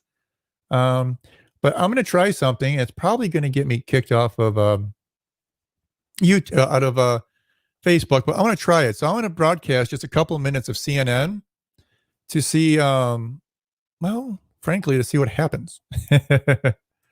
So yeah, let's bring this up and let's see if we get kicked off of Facebook, shall we? All right, let me unmute it so we can all hear. 60% for Joe Biden, 38% for the president. Let's go back in time. 57%. Again, Joe Biden overperforming. Let's actually pull that out and see if we can see how significant the overperforming is as we come into the thing. Let's see where he's overperforming here. Oh, sorry, I'm in the wrong map. Thank you. Let me come back out here. Back out, and we hit where is he overperforming, right? And so he's overperforming. If you see these counties where he's overperforming, where the two biggest places for a Democrat, for anybody, but for a Democrat in North Carolina, they are Mecklenburg County and they are Wake County. And you see here, he's overperforming Hillary Clinton by 5 percentage points here, the biggest, most populous county in the state. That's the building block of a smart campaign. Then you come over here to Wake County, second largest county in the state. Again, changing population. You know what happened in the suburbs during the 4 years of Donald Trump. This is where you go. You turn out your African-American base. You try to get young people on those college campuses.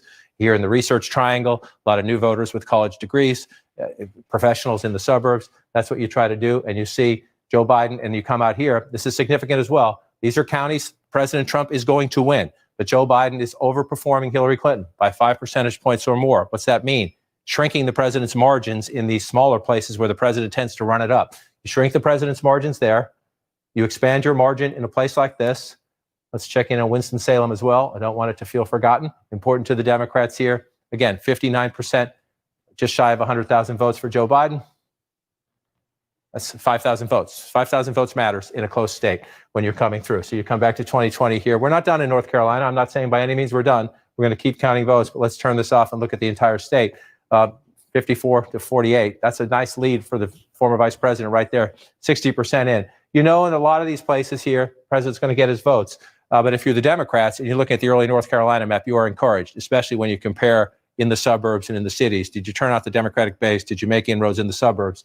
That's what that looks like so far. We got a ways to go. And I say when we have a ways to go, we're looking at a South Carolina right now that is blue, which reminds us, go slow, be cautious. Don't think anything we see now is absolutely definitive about where we're going to end the night. However, this just that it's closer. It's only 9% of the vote. Just that some of these red states are going to be closer does tell you something. Well, hey, look at that. We did not get kicked off of Facebook yet.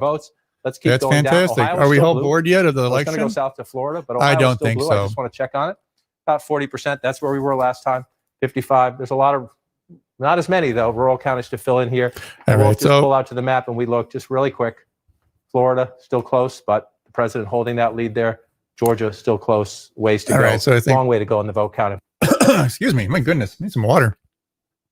Talk so much and all of a sudden you start losing your voice. And yes, our commenter of the hour, Mike. Yes, sir. You when you have plenty of time off, we will be more than happy to have some conversations. I think it'll be fun. And yes, your questions were actually spot on and helped drive the conversation. So thank you. Greatly appreciate that. Now I do have some more people who are looking to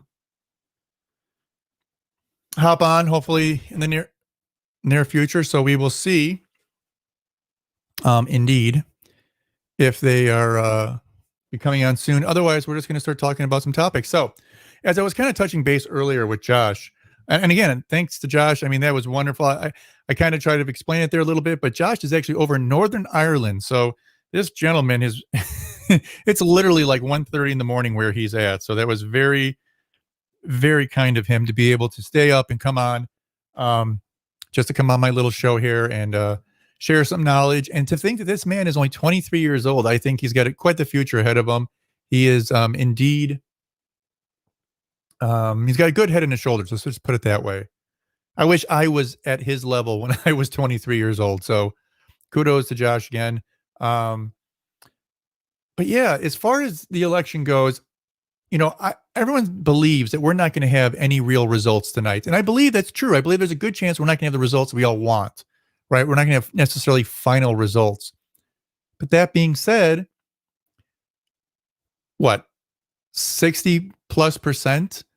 72, 73%, or say 70%, let's make a nice ballpark figure. 70% of people who are probably going to vote already voted before today even started. So if we normally get 80% people, 80% of the voters to vote on election day, or 75%, and we only had to cover 30% today, give or take, chances are indeed, there's a good chance, depending upon what happens, how close some states are. Like if Pennsylvania is really close, or Florida's really close, or even Texas. I mean, heck, Texas might be close. We don't know what's going to happen, right? We just don't know.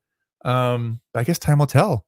It's only 7:30. For the love of God, it's only 7:30. There's so much that can happen. And right now, Pennsylvania is 83-15 for Biden. Yet there's not even 300,000 votes counted. So really, Yeah, absolutely. Josh is he's got like I said, he's got quite the head on his shoulders.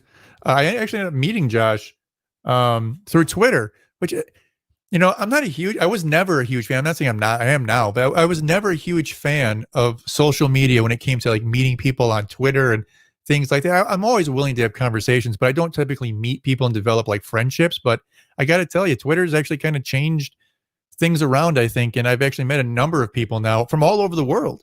I've met people in Australia, Guam, South Africa, Mexico that I talk with on a regular basis, and now Northern Ireland. There's some really, really talented, really intelligent people out there, and it's encouraging. Let's just say that it's very, very encouraging. So breaking news: Biden wins Delaware, DC, Maryland, Massachusetts, and Vermont. Trump wins in Indiana. Looks like Kentucky, Tennessee, and Oklahoma. Really? Because some people were saying Indiana was even in question, but I didn't believe it. Now I certainly don't believe it. So that was another projection. Trump is the winner in West Virginia, wins a whole 5 electoral votes. But you know what? 5 electoral votes is going to be important in this election. Every state with 5 votes is going to be important. It says Arkansas is too early to call. I can't believe Biden is going to win Arkansas. I really don't believe Biden is going to win. Maybe he is. It is 2020. So cheers to that. And yes, this is apple grape juice. Excuse me. Yeah. So Joe Biden is apparently ahead in North Carolina. Good for him.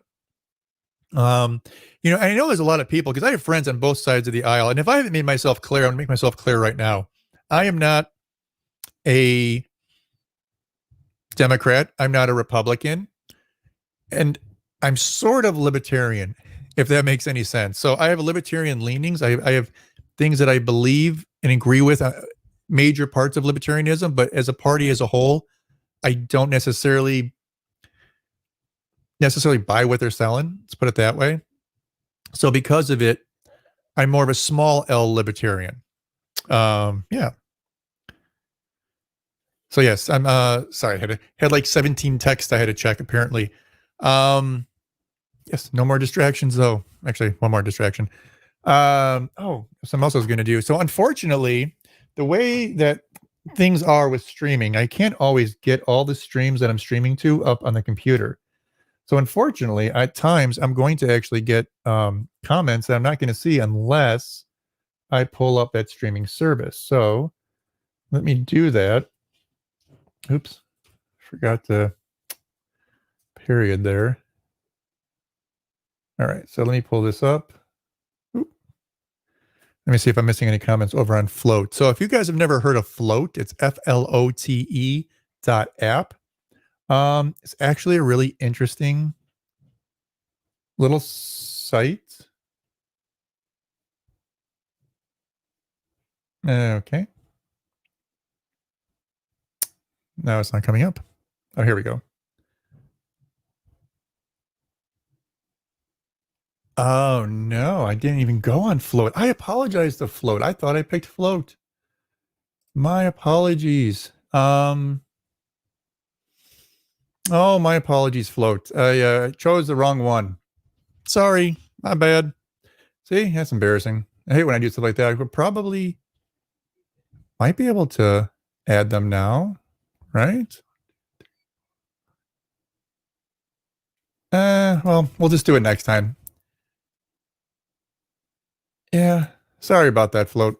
I normally stream to another site called Float.app, and apparently I chose DLive by accident because they're both what's called RTMPs, and because of that, they just have like a little symbol. There's not like their actual like Facebook or YouTube symbol. So I chose the D instead of the F, and I wasn't thinking. My bad. All right, so where were we at? See, this is what happens when you do a live stream. And everyone's like, well, why do you do a live stream? I do a live stream because I like interacting with people. I like responding to comments. I like interviewing people. I like watching live television. I like having it all tied in together because you just never know what's going to happen. But mostly everything has been working out pretty well. So I can't complain. I haven't had any major tech glitches, knock on wood. But yeah.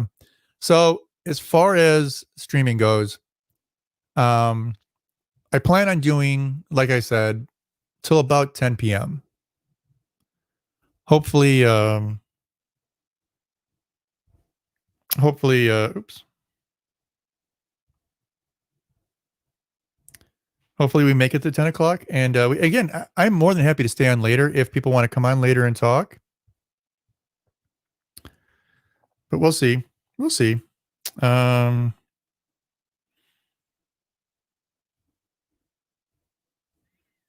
We shall see. Sorry. I have to respond to stuff. This is what happens when you don't have a producer. I need a producer. You want to produce me? Come on. I can teach you in 20 minutes how to do it. Real simple. All right. The Bible Belt, Trump wins. Is that something? Conservative Republican values, family, a president that has more kids with so many other women than other president, yet he is praised as a godsend by fundamentalist Christians. I'm done with rational thought. Yeah, but well, Mike, there's a lot of people who would agree with you that necessarily that Trump wasn't always a good example as a Christian. Again, and this is what we were talking about earlier with Josh. Trump claims to be a Christian, and as with anyone in faith, if someone is who believes in Islam, I'm not going to say that they don't believe in Islam because they don't do X, Y, Z, or I'm not going to say someone's not Jewish because they don't do ABC. I've learned as a person of faith that I don't judge other people of faith or people who are removed from faith. Like, it's not my job to judge people. But that being said, in the same way that I think a lot of Democrats are more than willing to look past 100 different things that are going on with Biden, not only recently, but in the past, just because he has a D next to his name. I think a lot of people in the Republican Party do the same thing. They're like, well, he says this, and he says this, so I believe him. Is he being honest? Who knows? But again, that's not for me to judge, at least not from that sense. Now, I can judge it just as a human being and being like, well, I judge that I have so much, X amount of belief that I support him because I believe he's telling the truth, or I don't support him because he's not believe, or because I don't believe he's, telling the truth. So because of that, like, there are people I won't vote for. Like, if I really thought, like, I'm not a Republican, so I don't vote for Republicans, but say I was, would I look at Trump and judge him and say, well, he's obviously a terrible leader and a liar and whatever? That might cross my mind, but I'm not a Republican, so I don't need to necessarily worry about that. What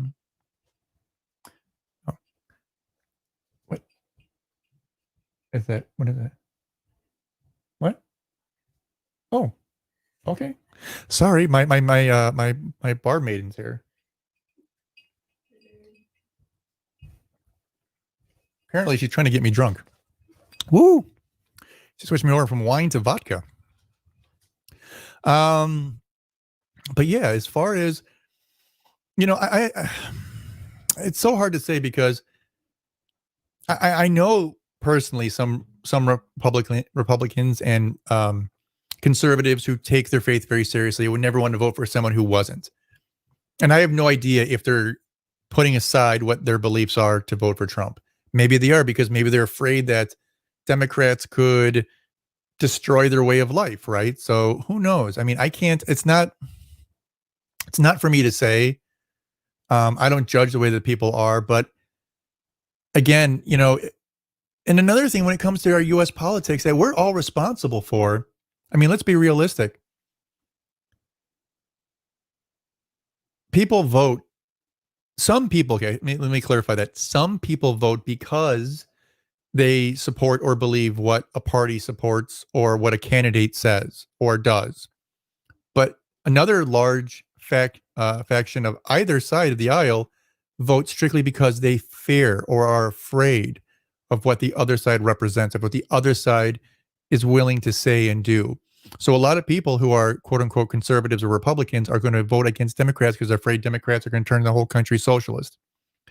And many people in the Democratic Party could hate their candidate or hate their party, but they're going to vote Democrat because they're afraid the Republicans are going to make everything small government and remove all safety nets, right? So it is, this weird dichotomy that we all live in. Now we have to choose what we're going to vote out of. Are you going to support your candidate? Are you going to love your candidate? Or are you going to vote out of fear for the other candidate? And that's actually, you know what? I'm glad that came up. I'm going to actually talk about something that I meant to talk about. I've noticed that people will vote strictly out of fear, right? And it's not even, okay, fear is not even the right word. People will vote because they believe that they need to vote that way to save their country. And this happens on both sides of the aisle. But they're not voting because it's the right thing to do, right? They're not voting because it's the right way. If people actually voted their conscience, I have a feeling every election would look very different than it usually does, right? And I'm not talking about like the 1980s with Reagan, because let's face it, Reagan, we can say all we want now about him and say how terrible he was or how we don't like him or how he didn't do good. But at the time, even Democrats voted for him. In fact, I don't know if you're aware of this, but in 88, when he was reelected, he won, I believe, every state but Minnesota. Pretty sure. Maybe he might have lost DC or something. Maybe. But I'm pretty sure he won every state besides Minnesota. So that means a lot of Democrats voted for him. And the thing is that because people were voting their conscience, they weren't voting party lines. And I think that's something we really need to get back to. We need to be willing to look at the candidates and take them for what they are. Now, when you look at Trump, you might think, oh, he's a terrible human being, but I like, the fact that he is for business, that he is for smaller government, whatever. When it comes to Biden, you might, let's go off on a small little tangent. I talk to people all the time who claim that they are voting for one party, like say they're going to vote for Trump because I don't know. I don't want to get too distracted here. We'll come back to this one. We'll circle back around in a few minutes. Sorry, I know I'm a little scatterbrained, but I'm jumping around because I don't want to get ahead of myself when I talk about the things for the night, because we're just starting to unravel things. We're just starting to get there. But as far as our U.S. elections go, we're in trouble, right? We're in trouble in the sense that because people vote party line, no questions asked. It's dangerous. It's dangerous to vote party line. Now, why is it dangerous to vote party line? It's simple. If you know you can count on a certain sector of your votes, whatever side you're on, right or left, simply because you have an R&D next to your name, then that means you don't have to try. You don't have to work at it, right? It's like, how many Democrats spent time in California or New York on the campaign trail? Almost none. And how many Republicans went to California and New York on the campaign trail? Basically none. Why? Because those are already decided. Same with Illinois. Now, I live in Illinois, right? As many of you might know. Chances are, over time, you could take a state like Illinois and flip it from blue to red. But you're not going to be able to do that if you don't bother to invest a little bit of time campaigning in a state. Now, if any party was smart, they would go to a territory that they don't necessarily, quote unquote, belong in or they do well in, because they could turn it over time. It would take 2-3 election cycles, but they could do it. But for some reason, they don't think it's necessary, and I don't know why. And it's not like there isn't money. All right, let's talk about campaign finance. Now, this time, it's a little different because of 2020. There wasn't as much money. People didn't raise as much money. People didn't need as much money because we weren't doing the same kind of campaigning. But typically, billions of dollars are spent. And if you spend billions of dollars, you should be able to spend billions of dollars in a way that actually is beneficial to the party, not just the candidates, right? Sorry, I'm getting a little distracted. I'm just looking at so far, the popular vote which of course is way far from over, has Trump up by about 1.5%, give or take. Now, I mean, I'm just interested because, that's going to change, right? Once California kicks in, Trump's going to drop down by about 3 million. But I find it interesting that something can be swayed so much by a single state, hence the Electoral College. So yeah, race to vote, 42 votes, blah blah blah. Okay, sorry, I'm just gonna have to try to work both sides of this because trying to see what where they're calling for and what they're not. So, and actually, we might just jump in here from time to time, but they're saying now. North Carolina, Ohio, Florida, Pennsylvania, Texas, Virginia, too early to call. Well, of course, it's too early to call. Raised to 270, starting from 216 results. Okay. Yeah, so I don't know. This whole thing is kind of scary when you think about it. It's scary because, I mean, could you think of a state like Texas flipping from red to blue? Your gut reaction would probably tell you, no, of course not. But if you actually look at the facts, they've been going from red to purple pretty consistently over the last couple of elections. In fact, there was some question if even the last senator was going to be elected last time. Ted Cruz, I believe it was.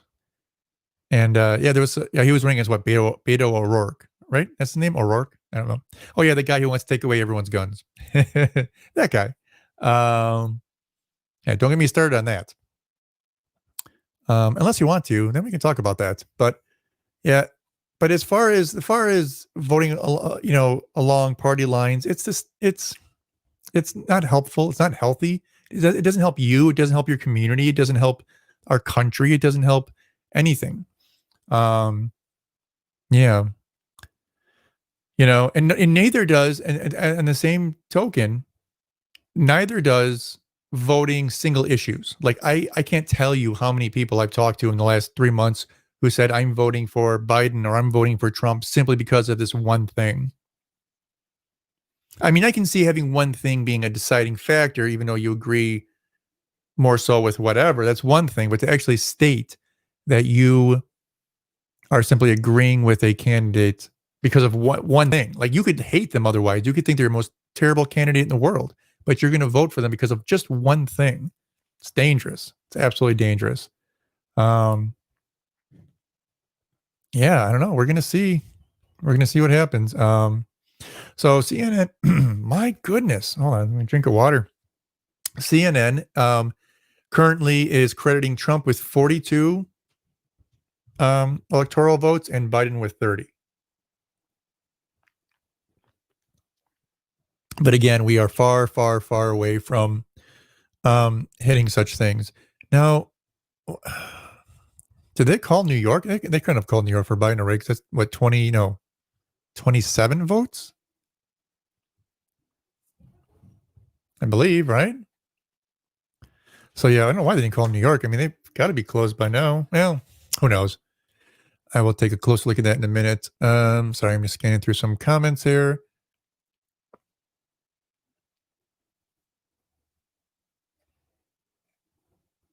Yes, Mike, I agree.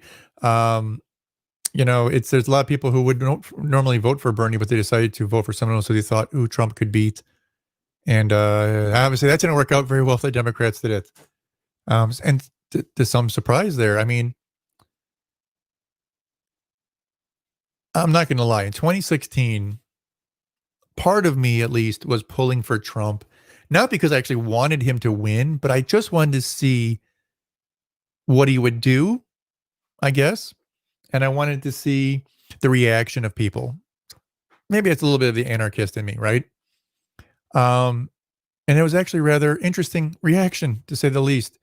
And I know some people who are actually pulling for Trump to win again, this time in 2020, for the same exact purpose. They just want to see the left melt down, which I don't think is necessarily fair. I mean, sure, it'd be entertaining for 3 minutes, but that shouldn't be your ultimate goal. So the next polls to close will be in 10 minutes, and I just missed it. We got Michigan, Wisconsin. Michigan, Wisconsin. I have no idea where those are at. So, oh my God, are those going to go for Trump? Are those going to go for Biden? Or is they going to split them? I mean, you think Trump has any chance of winning Michigan again? I don't. Key race alert. So we got North Carolina. Biden is ahead by about 200,000 votes. Okay, so we're at 70%. That's pretty far, depending upon what districts are left or precincts are left. Biden is ahead in Ohio. But again, it's only 50% counted in, so I don't know, again, what areas they've counted and what areas they have not counted.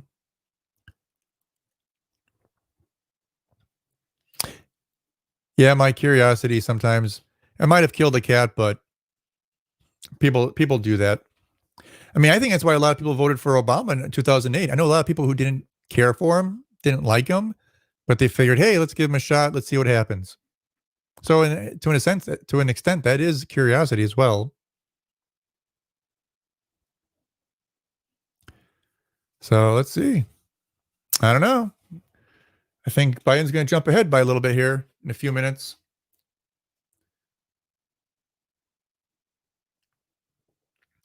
I don't think she put any water in that. Oh my goodness. All right, so Trump is ahead still in Florida, which I don't think anyone is shocked by. Michigan, well, that's way early, but that's still alarming. Trump is up by over 100,000 votes, but let's see. Maybe he'll hold it. Georgia, Trump is up. That's not surprising. 43.1%. More than a third of the vote is in Virginia right now, and Trump has a 285,000 vote lead over Biden, 57.7% to 40.2% in the Commonwealth of Virginia. All right, let's focus in a little bit on North Carolina and Ohio right now, John, because if Biden wins those two states, potentially, that could be the ball game. Those would be the ball game. Those are two states absolutely critical. The president got 306 electoral votes 4 years ago. You take away Ohio, you take away North Carolina. Joe Biden holds the Clinton states. He's the next president of the United States without even taking back all the blue wall. So let's focus. Maybe. We'll see. So Ohio, where are we at in Ohio? How funny would that, not funny, but it'd be kind of funny, I suppose, if Donald Trump actually won the popular vote, but lost the electoral vote?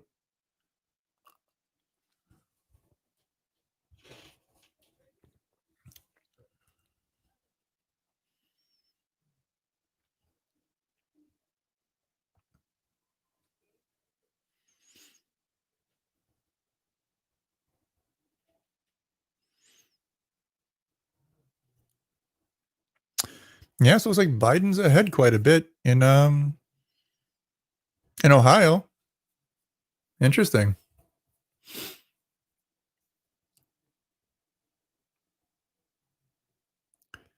And Trump won that pretty handily back in 2016. Of course, there's still lots of votes to count, so we'll see. But isn't it amazing if you ever actually watch a map breakdown of the different counties, and you'll see that oftentimes the Democrats will win literally 5 counties in a state with 50 counties, and they'll win the state because they're just populated counties. Isn't that crazy? Like Cook County.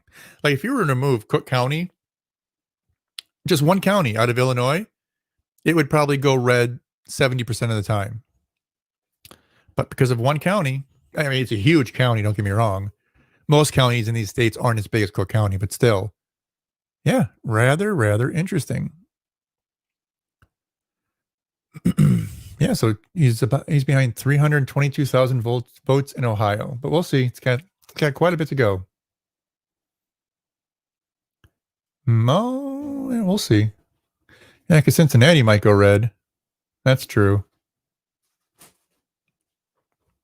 I have a feeling, what time is it? 7:54. I figure by 9:30, we're going to have a lot better idea of some of these counts going across the states. I bet those electoral, because right now the electoral count's still at 42 for Trump and 30 for Biden, but I bet you we're going to be over 200 for one or both of those candidates by an hour and a half from now.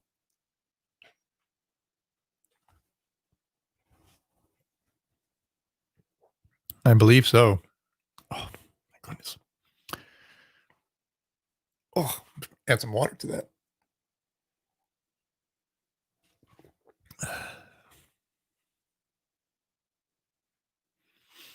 Okay, so let's bring up. So let's see. Let's for giggles. Let's go check out what was it Fox News? See what their coverage looks like. See if they seem as biased as one might think. Because let's face it.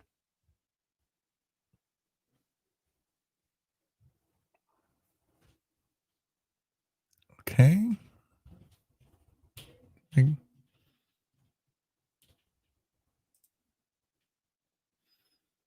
Not sure why the picture's not coming in good, but we're going to try it anyway, shall we? We shall. All right, let's bring it on. Mute it. Very good example of that. North Carolina, you're about 75%, 73 at the moment, 73% of the vote counted. Joe Biden with a slight lead here. And you look at these counties here, largely rural in the eastern part of North Carolina. Watch this here from 4 years ago. They were all red. So I would expect a little more votes to come in here and keep that vote very close here in North Carolina. We'll see which way it breaks. I think, guys, you can poke through this map in North Carolina. You can find good news for Joe Biden. You can find good news for Donald Trump as well. So we'll continue to watch that flow in. I'm keeping a close eye on Ohio. Just a little more than half of the vote in right now, and Joe Biden a 10-point lead. Do we really think Ohio is a 10-point lead for Joe Biden? Probably not.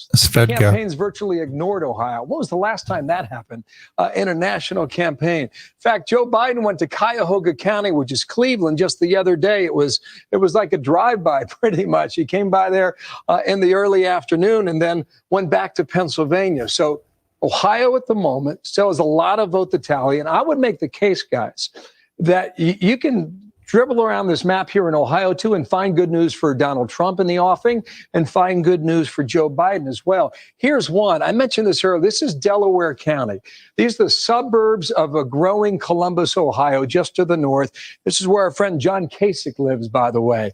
You see these numbers for Joe Biden? This is what I would, Martha, you mentioned the suburban vote, how we're tracking that right now. This is where you find it here. Joe Biden by 10 points over Donald Trump. You got a lot of votes in for that county right now. You see how it was flipped 4 years ago. If you're the Trump team, you don't want to see this kind of result right now in 2020. But a few more counties to follow in here. These are largely rural, right along the Ohio River. So I would expect now this to tighten very soon as we look. Let me just pop out here, guys. Sorry, there it is. I would expect this number to tighten over the next hour or two as the in-person votes are cast and tabulated that came into Ohio today. Again, sticking there at 55%. I don't know what interesting. They're not even counting the in-person votes in that? But I imagine it's pretty close, guys. Let's go. Do we mind popping into Georgia? And, sure can. Yeah. No, we had that delay in Fulton County, and that is right around Atlanta. That is really a place that Biden has to win big. Right now, Donald Trump's up in the overall vote. What are you looking at? Here's Atlanta right here, right? Fulton County. So it stretches well into the north here. And we got a lot of votes to tabulate here between Biden and Trump and Fulton County. I pop out here to Cobb County. Joe Biden with a lead about 2-1 right now. Still some votes out there in Cobb County. Pop over here to DeKalb. DeKalb County is not going red. I can tell you that. It is a deep blue county just east of the city of Atlanta. And so very few votes right in from DeKalb County. Pop up to Gwinnett. Numbers are starting to get higher here, 2-1 for Joe Biden. But and again, then 2016? 2016, specifically in Gwinnett, it was 53-47. That was the margin from 4 years ago. Fulton County, I mean, that was a clear winner for Hillary Clinton. Pop over here to DeKalb. I just mentioned this. She got 80% of the vote in 2016. So you got a long way to go here. But all these counties around Atlanta, Georgia, that's where the Democrats are going to pick up a lot of votes, Joe Biden tonight. And we'll see how the rural area fills out throughout the evening. Good stuff. We're going to dig down with you in all these counties in the big states, and we are getting ready for some big calls 39 seconds away from the next poll closings.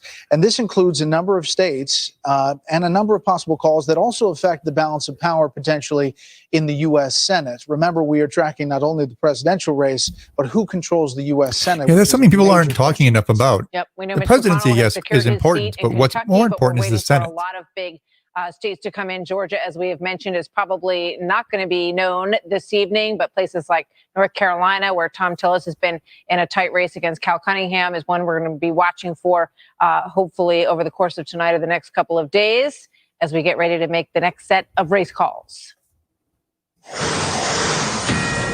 And it is now 9 p.m. on the East Coast, and the polls have just closed in 14 states across the country. Several of these are considered crucial battlegrounds for whoever will win the White House. Let's start tonight with Arizona, a state that could make or break President Trump's bid for a second term.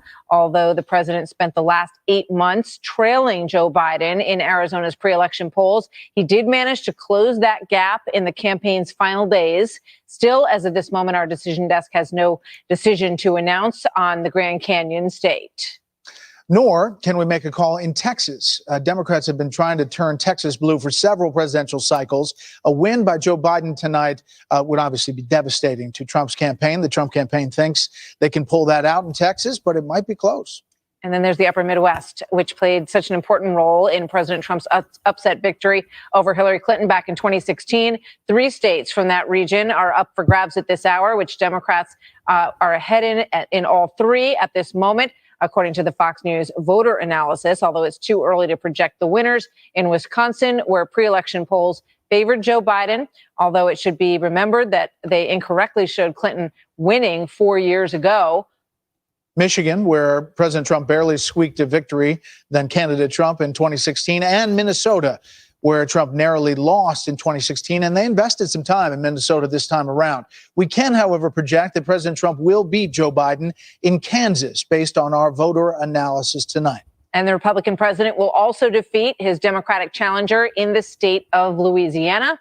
In Nebraska, one of 2 states that does not use a winner-take-all method for allocating electoral votes, Trump will win 4 of the state's 5 electoral votes there. Too early to project a presidential winner in Nebraska's 2nd congressional district, which represents the last electoral vote. Remember, Maine's the other one. We still haven't called that other congressional district there either. And similarly conservative Wyoming, President Trump will rack up another easy victory there. And the story is the same in North Dakota, where the president comes out on top. And unsurprisingly, Trump also wins South Dakota. In New York, the Fox News decision desk can project that Joe Biden will cruise to an easy victory over President Trump in a place that he used to call his hometown. He calls Florida home now. Biden will also win the state of Colorado, according to our decision desk there, but too early to project a winner in New Mexico, where Biden enjoyed strong support in pre-election polling. All right, let's turn now to the Senate races where polls have just closed. The first state, Colorado, where our decision desk can now project that Democratic Governor John Hickenlooper, the former governor there, will oust Republican Senator Cory Gardner in the first Senate flip of the night. Remember, Democrats need 4 net, or 3 and the White House to take over control. This is 1 net in the Democrats' column. Another closely watched Senate race is the special election in Arizona, where Republican Senator Martha McSally faces a strong challenge from Democrat Mark Kelly, a former astronaut. Kelly currently has a lead over McSally, but again, it's too early to call that race. Similarly, Michigan Senator Gary Peters, a Democrat, is ahead of Republican John James, although it is too early to project a winner in that race. Finally, Fox projects that Republicans will keep Senate seats in Nebraska and Wyoming. Whew, made it through that one. Yeah, that's a long list. That's We got a lot one. of information in there. I mean, yeah, obviously some of those races President Trump has spent a lot of time on. In Michigan, pulling for John James, a veteran who has run before in the state of Michigan and running again now. Gary Peters giving him a run for his money. That one, as we said, too close to call it. And really, Too early to Michigan, call, I should say. yeah, Michigan, where it goes on the presidential, as you look at the race to 270, it's now 129 to 94. How Michigan and the presidential race fares there could affect that Senate race very closely. Let's just talk for a second. Cory Gardner losing to John Hickenlooper. Chris, Gardner was one of the most vulnerable senators out there. Okay, I think that's enough for that. But yeah, that's interesting. So it looks like, could be wrong, but it looks like Trump could be in trouble. Well, and that's the thing that most people don't understand too, is that as far as the election goes, it depends more so on turnout than anything else. People can talk a good game. People can say that, hey, the Republicans are going to win because look at how loud they're being. But if they don't show up in the polls, it doesn't matter. Now, that being said as well, I have a feeling that things are going to look really good for the blue probably in the next couple hours. But what's going to happen in the long run? Because a lot of these races are going to have to be recounted. When they start doing recounts, there might be some things found where they have to start throwing out votes. Things could sway from one side to the other. It can happen very easily, especially in this year's election. Many states. I mean, I think it's most states, anything under 2% is an automatic revote or recall. Where they go back and actually check every single vote. So we'll see. Yeah, we shall see. I don't know. We'll see. I mean, these numbers aren't surprising me at all in the slightest bit, but I'm telling you right now, if Biden is able to flip Texas, I would say the election's probably over. Not definitely over, but what was that, 38, 39 votes? It's a huge loss if they lose that.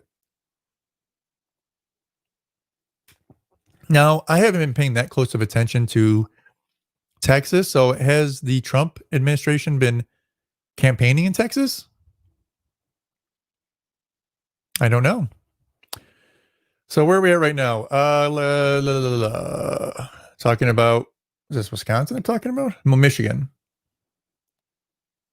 Now, there's still a long way to go. See, that's the thing is that, they make it seem like, oh, it's almost done in this state.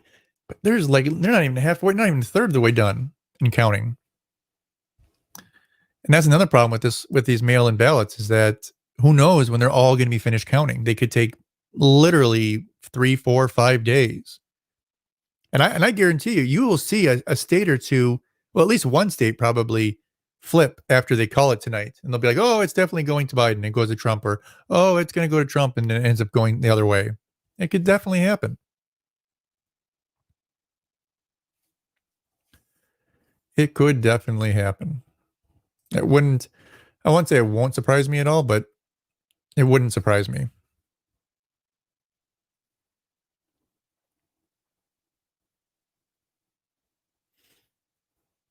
Okay, so sorry, I'm getting distracted here. So yeah, they're talking about the numbers. Again, Biden seems to be doing really well in Ohio. Now, Trump just did pick up a touch. It looks like a touch. But yeah.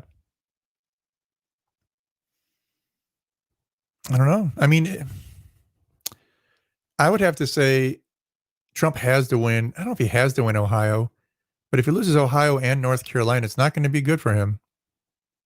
He would definitely at that point have to win Michigan and Wisconsin. And I don't know if that's going to happen, especially with all the efforts that, Michigan has been putting in, making sure he doesn't get any more votes than he absolutely has to.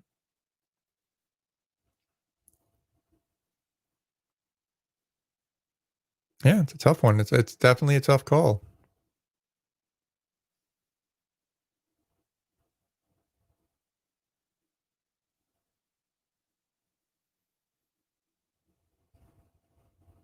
So where are they saying that we're at now? Okay, well, show the overall. Because it looks like they're almost done counting Ohio. So can we get a current rate? That would be great. Instead of just talking about the individual counties, let's see where we're at. Again, you keep talking about the actual counties. So yeah, it looks like Biden's doing really well in Ohio.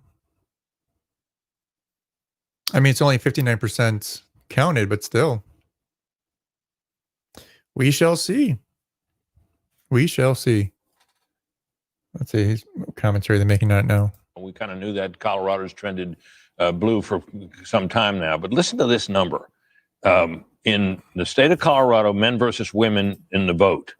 Biden won the men vote 49 to 47. I don't really have a preference when it comes to Trump or Biden in the sense Biden of over Trump. which one I would feel better Pretty under. hard I mean, I for an think incumbent both of them could Republican actually, running with a guy at the hold top on, of let the me mute ticket this. that gets So you can crushed. actually hear me. So as far as, I mean, I like balance throughout a government. So I don't want one side to have all the power, right? So if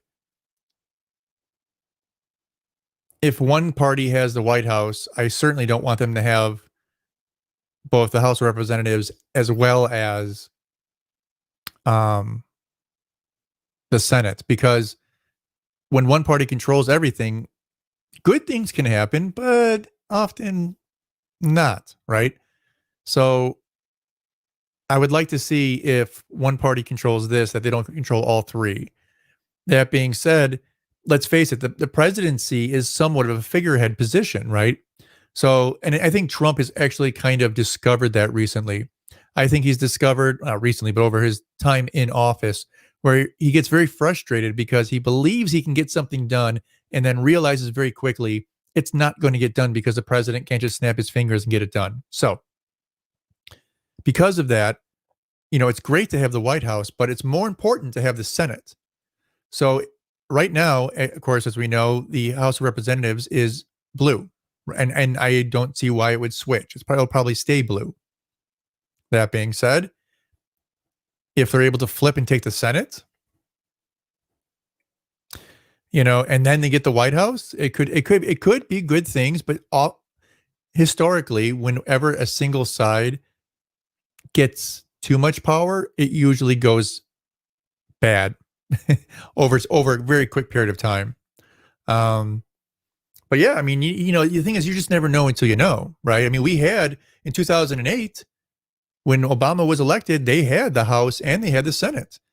And they did get the ACA done, but beyond that, they didn't get much done. Now, the ACA is something we could talk about because I think in theory, it was a, quote unquote, good idea. But the problem is in practice, it wasn't.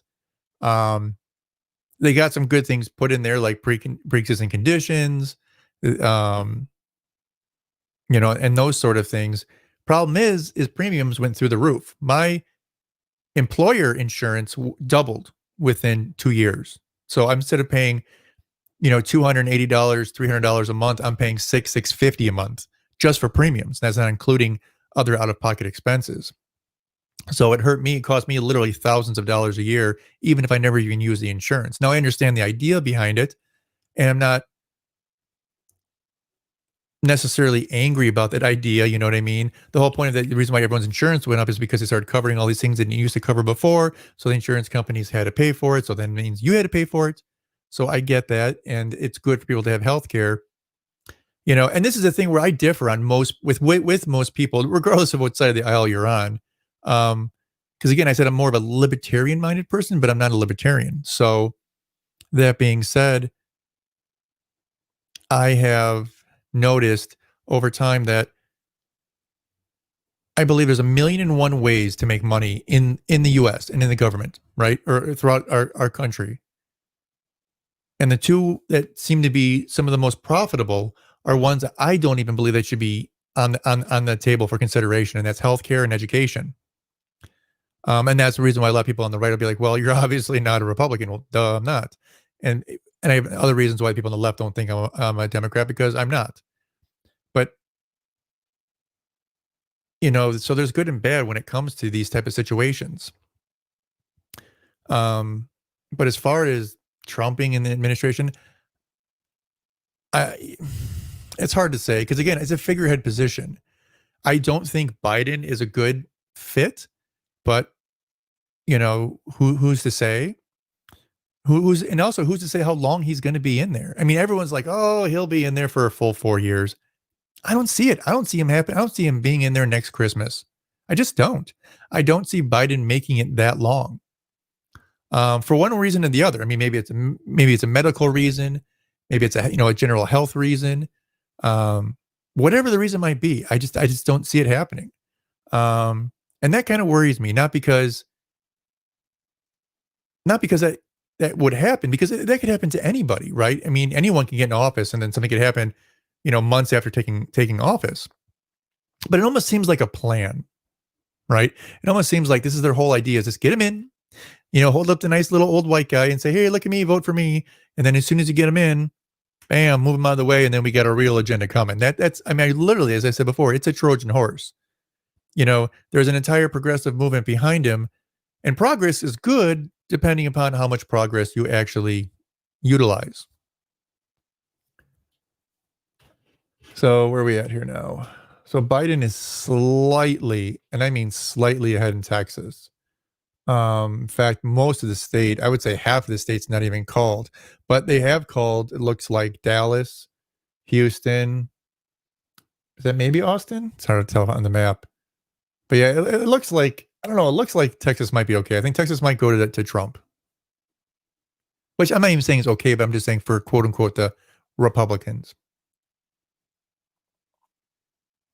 Because right now he's about, it's not even saying how many, but it's about 100,000 votes behind, maybe. But it looks like they've counted most of the strongholds for the Democrats already, and there's a lot of the state not counted. So we'll see. It'll be interesting to see what way that goes. I'm more concerned about the Senate, just because, again, if the Democrats win and they take over the House, or they keep the House, and they win the White House and they win the Senate, I do worry what they will work towards getting changed. And again, some changes can be good. I'm not saying I'm against any of the changes. Then they might have some good changes. You know what I mean? It's and same thing with the right. I would fear if the right took over the House, took over this, kept the Senate and the White House, then what's going to happen, right? But that being said, in the first 2 years of Trump, they pretty much had, a free reign, if you will, of DC politics. So I don't know. It's hard to say. It's really hard to say. And again, this is exactly how I thought it would play out. I figured it would be very close, and I figured it's going to continue to be very close. And I figured tomorrow morning or tonight at some point, one side or the other will claim victory, through a surrogate or through a series of surrogates. They may not necessarily step up on stage and say, hey, I'm the winner, they're the loser, they need to concede. I don't see that happening, nor do I see either side conceding unless something happens. Like if Biden wins Texas and wins Ohio and wins Michigan and Wisconsin clearly, and there's no chance of a recall, then I could see it. But yeah, we'll see. So it looks like Trump is leading. It's still early though in Georgia, but it's too close to call. But he seems to be doing fairly well in the areas where he needs to, I guess, quote unquote. North Carolina, obviously, still too close to call. Arizona, Florida, Pennsylvania, Michigan, Minnesota, Texas. Now, Texas does surprise me to an extent. But again, if Trump indeed wins Florida, if he can win Texas, and if he can pull out Ohio, which not looking good for him. I'm not going to lie. It does not look good for him. Yeah, that's interesting. And then Michigan, and again, that's way too early to call there, and Wisconsin for that matter. And if he can win those four, or we'll see.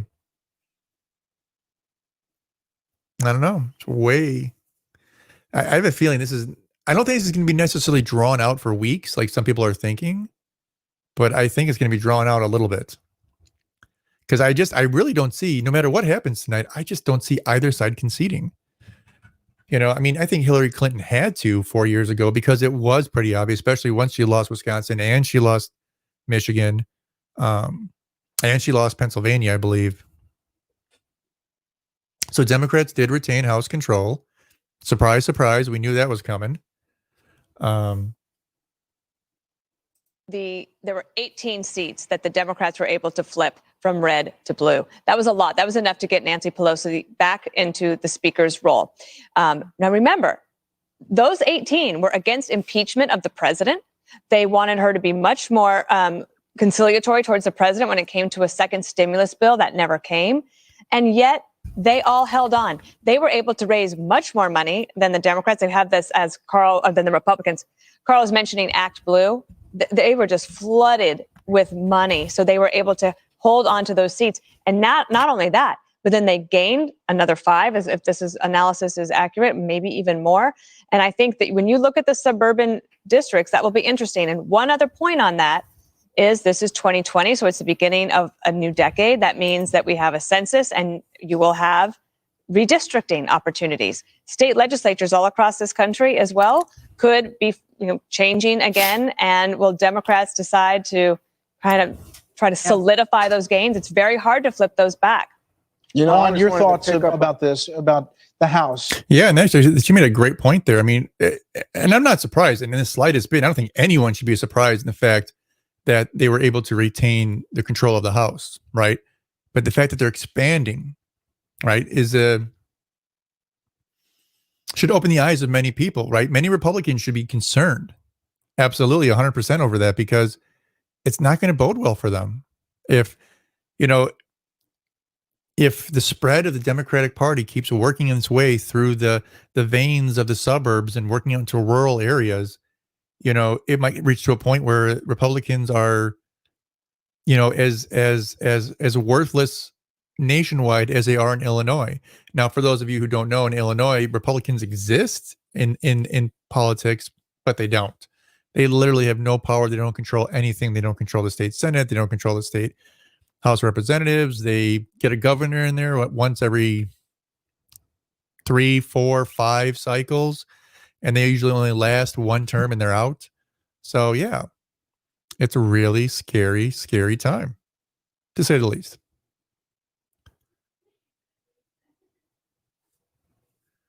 But yeah, I mean, if anybody's surprised the Dems kept control of the House, I don't know why. There just was really no push to try to take over the House, which is always surprising to me when I see that. And I see a lack of enthusiasm, a lack of push. But again, the Senate race is what I'm really interested in, right? It's something I want to see. Oh, so now they're saying 93% probability that Trump will win Florida. Okay, well, there you go. That's something. That's something for the Republicans. That's something for Trump. He'll probably win Texas, but you never know. Things don't. Where are we at here? Okay, sorry, I'm just checking up the counts for. Well, Larry called it the House was going to go towards the majority.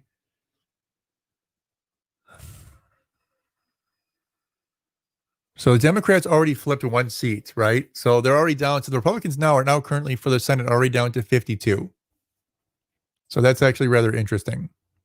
Something that people don't talk enough about. Again, like I was saying, the Senate is vital for any party, right? Because or the House for that matter. Because but the Senate has a little bit more power, a little bit more control, as we've seen when it comes to like getting a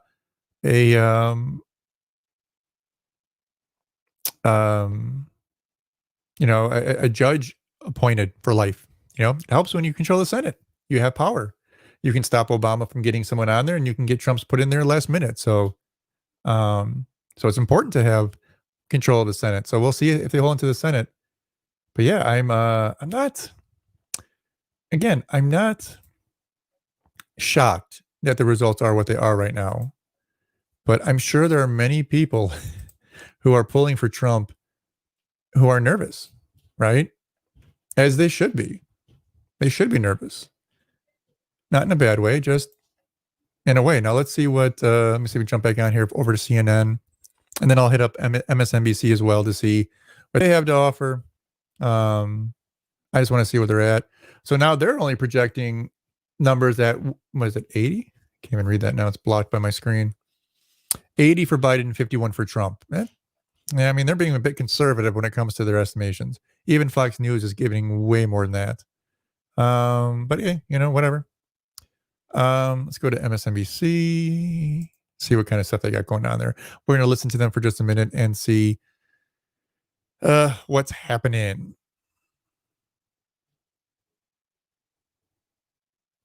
Okay, we'll hop over on there.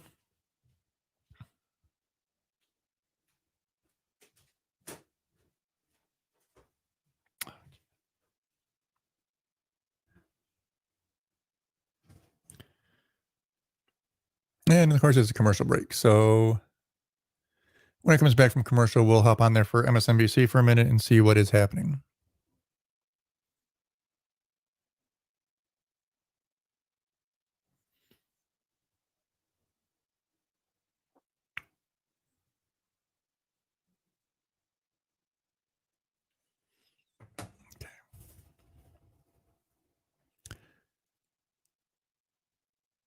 Oh, that's interesting. Trump is still holding the popular vote.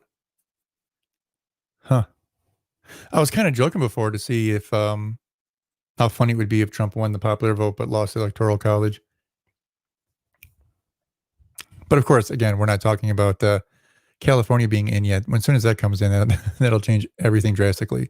Because right now they've only counted, 47, 40, not even 48 million votes. Which is weird because we already had 99.5 million votes in before the election started. It's a bit strange.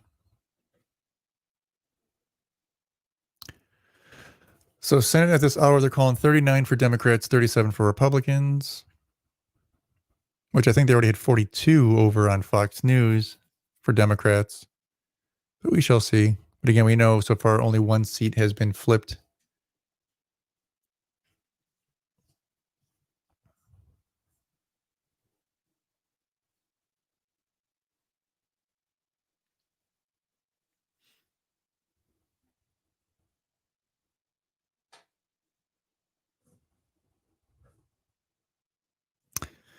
So, no, I'm just waiting for the commercials to end. Of course, they're going to have endless commercials. Endless commercials, I say.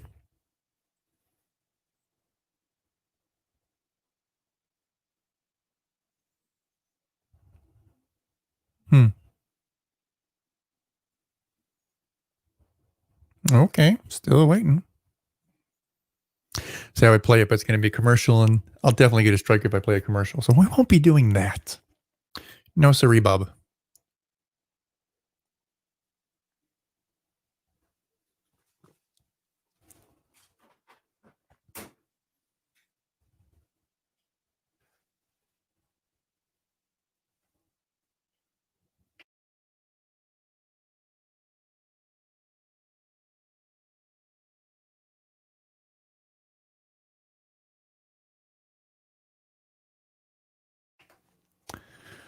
Surprise, surprise. He won Louisiana. Let's see what we got here. I've begun to wonder if now. Nope, still a commercial.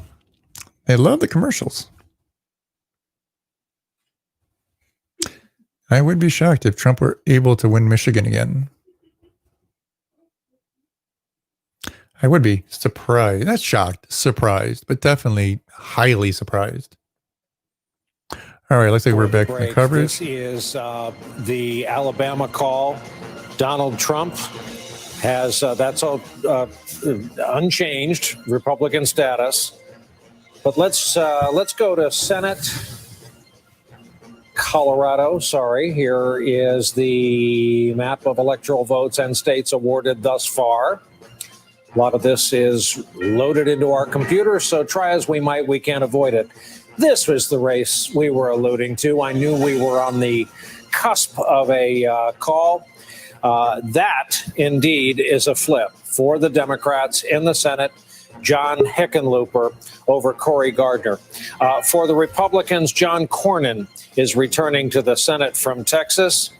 In Alabama, this widely watched Senate race too early to call. In Arizona, the Mark Kelly, Martha McSally race, too early to call.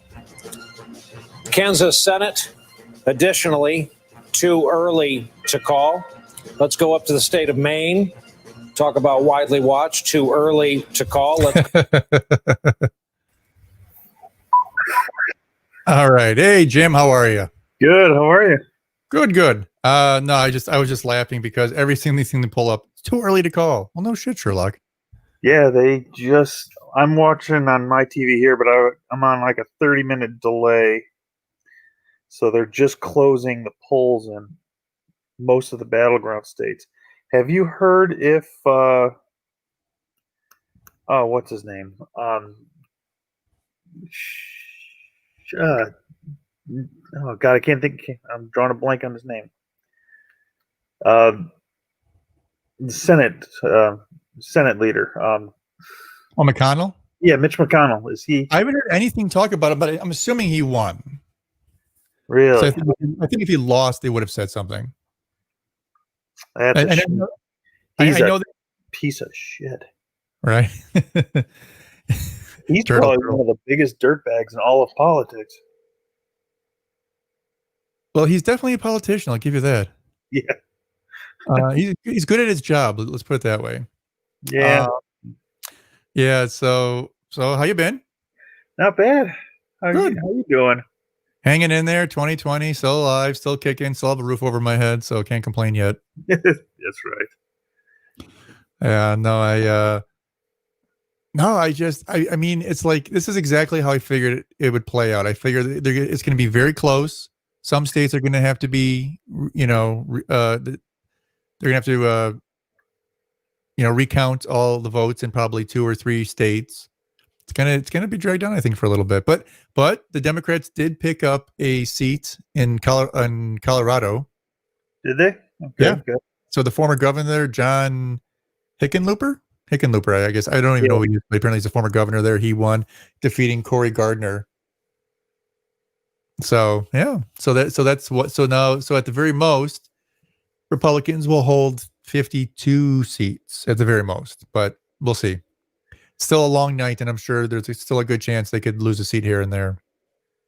And it looks like Mitch McConnell, as of a half hour ago, was up 57% to 43%. I'm kind of surprised Susan Collins is doing so well, but hey, interesting. But of course, again, it's too early to call. Right. As they do with everything. I'm surprised. Actually, I'm not surprised, but I'm a little surprised that Biden is doing so well in Ohio. I was too. He got all the populous counties. They just showed the red and the blue map, and Trump looked like he had 80% of the map, but didn't pull out the numbers. Yeah, well, I mean, I don't think they've called Ohio yet, but yeah, it doesn't look good for them. That's for certain. Yeah, Ohio just closed now, so it's still way too early to call anything. But I love that as well, because when they show that, they'll show, like you said, they'll show a map, and it's like 80% red, 90% red, yeah, and 20% blue, and they'll show everything filled in. They'll be like, oh, but we only have 19% counted. Well, then why the hell are you showing all these colors if it's 19% counted? It doesn't make any sense to me. But most of those counties are 20 people per. Some of them are one family here, 2 families there. Oh, look at that. Trump just won South Carolina. And that's no surprise. No, not really. Yeah. Let's see. It's a full screen. So I'm just jumping around here between different things because I was watching CNN mostly, but they were getting boring. Went to Fox News. And Fox News actually projected a lot more than CNN had. But now I went back over to MSNBC to check them out. And they're not really showing that much in projections yet. No. So it looks like Lindsey Graham is leading, but I don't know by how much. And it's so funny too. They're like, oh, Donald Trump won North Dakota and South Dakota. Didn't know that was an issue. No. That's not too much of a surprise either. No. Yeah, no, I'm and actually, I don't know if you've noticed the numbers in Texas, but they're pretty tight. Yeah, that's surprising. The last one I saw had Biden ahead. When's the last time Democrats took Texas? I don't ever remember them taking Texas. I'm sure they have. I just don't remember. Yeah, Lindsey Graham's up by 10%. Let me go and see if I can find maps. It'll be faster. I'm trying to watch these people. Oh my goodness! Live updates. Don't care. Wow, that Georgia, the Purdue versus OSEF. That's the one that was getting all that publicity because OSEF was just destroying Purdue in that debate. Mm-hmm. Hey, Purdue was beating them 57-40. Interesting. They take 34% of the vote in. That one's surprising. You said that was Georgia? Yeah.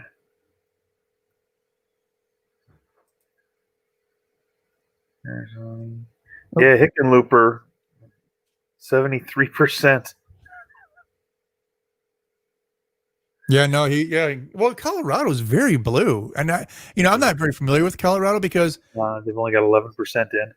Yeah, well, that's the thing too. But even then, like I'm sure they partially go by exit polls. I mean, they have a whole bunch of formulas they use, but I have no doubt that it'll probably stay blue. And the thing is, like, I've heard of people from Colorado who seem rather conservative, but they all seem to be from the same area. So I think it's a very small area.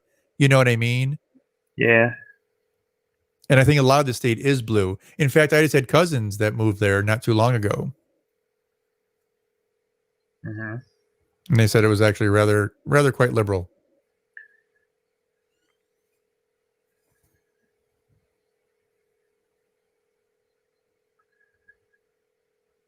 Oh. What was that? Oh, no. Go back. Grams ahead. Oh, that's way too tight. That's Purdue. Montana. Where is it? I just saw that. Maine. So it looks like Tillis in North Carolina is hurting. It's close, but he's losing to Cunningham, so that could be another seat flipped in North Carolina. I don't know. We'll see.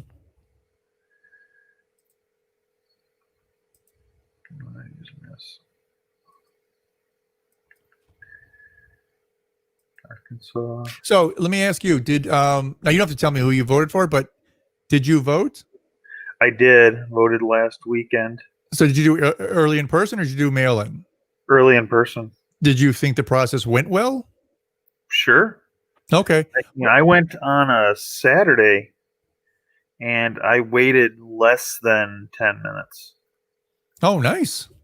That is nice. I haven't followed it much today, but I did hear early this morning on some radio shows, some people complaining. Most people were pretty happy, but some people were complaining there was confusion and issues of what to do with ballots when machines weren't working and blah, blah, blah.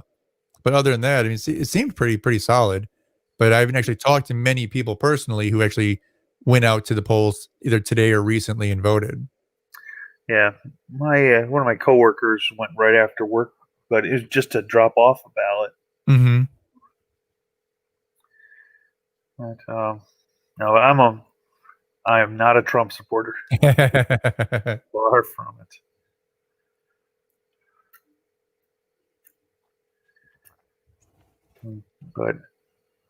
But my beliefs are, I do follow a lot of the Republican economic policy, mm-hmm. but I tend to be more liberal in my ideals. Sure, social situations, absolutely. Yeah, I'm like, socialist medicine. I think that's definitely the way we have to go. The only civilized country in the world, or major economic country in the world, that doesn't have it. But then again, the massive profits of the medical industry has driven the innovation to, further stem cell research, all of the other massive, all the medical progress has been from the massive profits driven. So it's not a simple cut and dry case. that there's definitely like what 10 years ago I broke my leg. I had health insurance, but because of the bills that happened, and this was during the economic crash of 2005. Oh, yeah, of course. Just after that, I broke my leg. I almost lost my house. Really? Yeah. Now, did you have a PPO or an HMO? I had an HMO, but I broke my leg out of network. And it was in winter, so it crossed calendar years. So I had to hit the out of network maximum twice. Really? Mm-hmm. And with all of the interests and charges that they put on it, it instantly went up over $100,000 I had to pay for a broken leg. That's insane. Yeah, and you think about things like the TV show Breaking Bad. That whole concept was based off of a guy who couldn't afford his medical treatments. Right. And I work in the medical industry now, and that's all I see is just sheer hopelessness and some of these costs. Right, but as to your point earlier, I mean, there are many times where most of these socialist countries are getting benefits that the U.S. people are paying for because we're paying for a lot of development, we're paying for a lot of the pharmaceuticals out of our pockets, and then they get the benefits. If we all stopped getting those, paying those costs, then what would happen to everything else? Right. Might even out more, and they might carry more costs, and we might drop ours. But then, what is that going to do to everything else? Because as I know, I mean, I know a few people over across the pond, and they always tell me that everything seems just enough like above water when it comes to their system. But if they were to all of a sudden add 20 or 30% of their costs, they would drown in a second when it comes to their hospitals, their doctors, their nursing, their their pharmaceuticals. So who knows? I mean, like as you said, it's a double-edged sword as well as it's a tightrope. You know what I mean? You have to balance it just right, otherwise you're all falling. Yeah.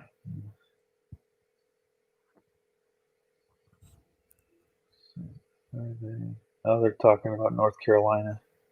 Yeah, what was that? Comparing it to this time in 2016 and 2012.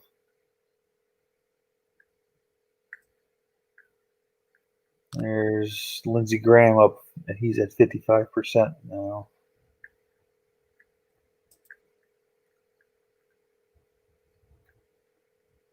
So it looks like Trump is probably going to win Florida, which is a huge surprise.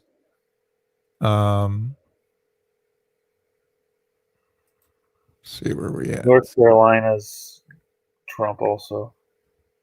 What is? North Carolina. Really? Okay, that's interesting. Because he was down pretty good earlier. I mean, I haven't been checking, but Trump's now ahead in Texas. Yeah, I did see that. But again, that doesn't surprise me now. Ooh, it's tight in Ohio. Oh my God. So it was Biden was ahead by quite a bit. Now it's 49.5 to 49.2. And it's still only 64% counted.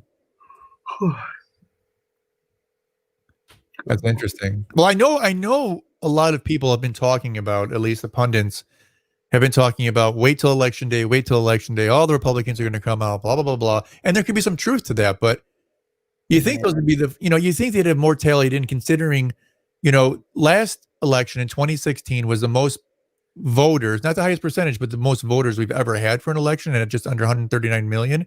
We had literally just a hair under 100 million already casted before election day. I heard it was 130 million early votes cast. Well, the source I saw said it was 99.6 million. But again, that could be wrong.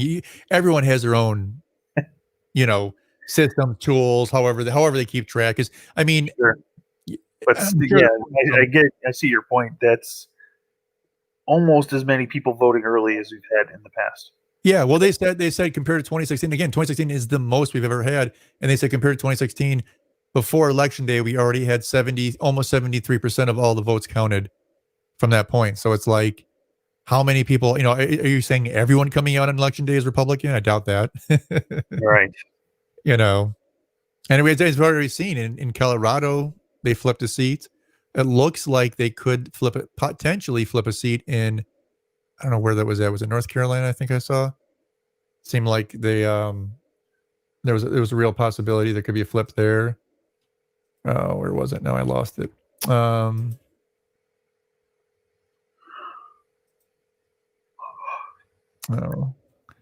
wish CNN had a better site.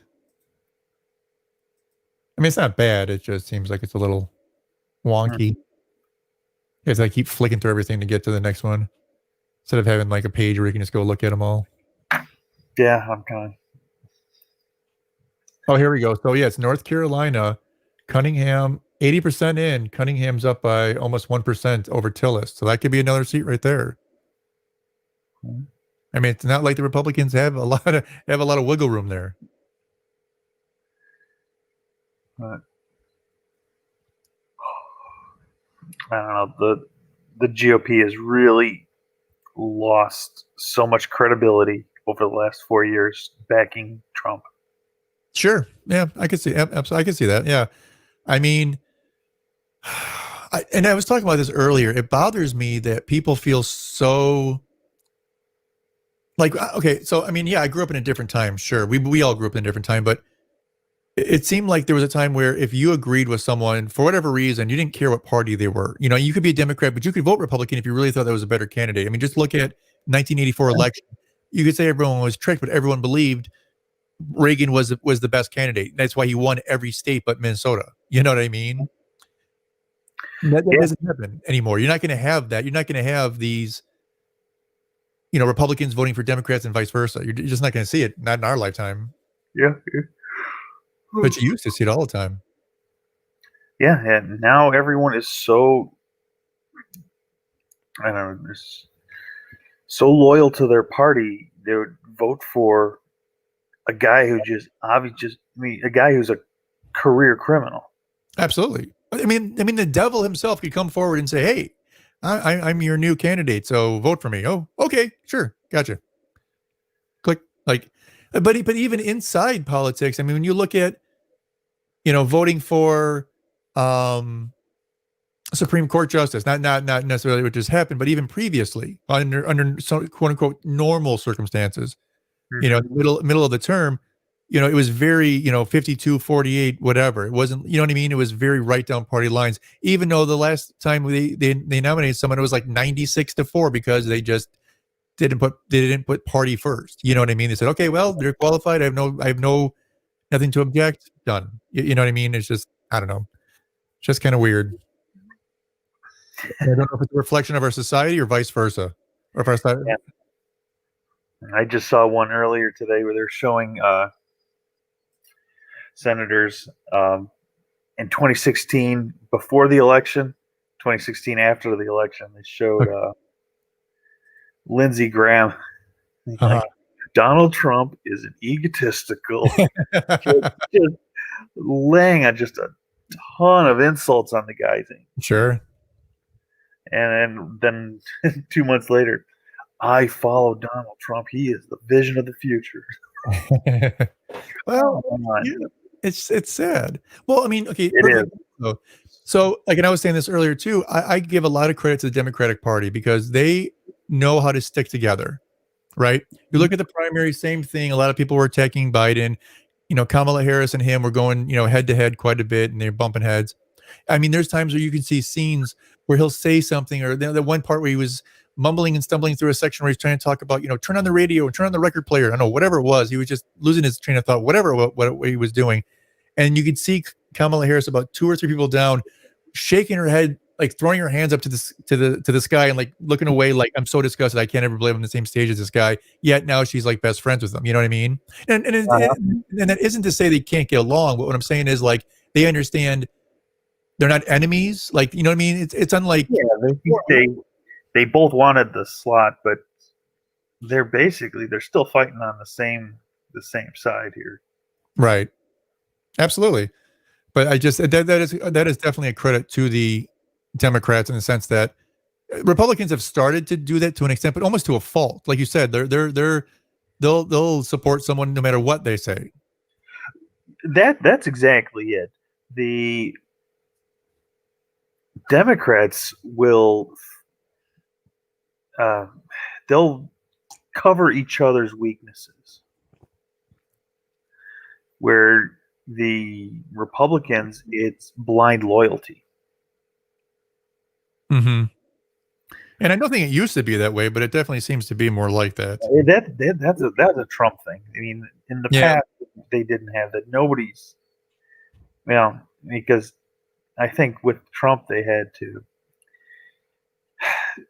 you couldn't back most things he would do. Sure. I mean, there was pretty much no solid, good decision made during his entire presidency. Even the things he supposedly did well, like the economy and unemployment, he didn't do anything to help those. Granted, those positive trends in unemployment and the economy started under Obama, but he didn't do anything to increase those. The only thing he did do is take away giant regulations, and he set the he turned the economy back 50 years, or not the economy, the environment. Oh, Lindsey Graham, shit.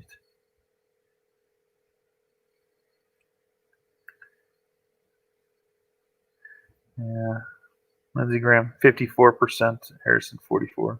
Oh yeah, I think he's reelected. I don't think that's a question of that. I think he's. I was really hoping. I hate that guy.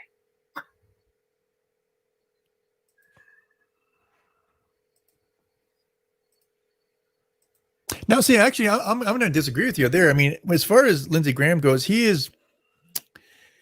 I understand where you're coming from with your dislike for Lindsey Graham, but I do see a genuine side to him, especially when I see him interact with people across the aisle. Like the whole thing we had with Dianne Feinstein, where people freaked out because they congratulate each other on doing a good job, whatever, you're trying to keep things together, whatever. And I don't see enough of that from either side. So it's refreshing to see that. I think he's genuinely a decent person. Maybe he doesn't make the best decisions. Maybe he's been corrupted because he just feels like he's got to keep things together. I don't know what his situation is. I don't know that much about him, but from the bits that I've seen, that's what I've seen from him.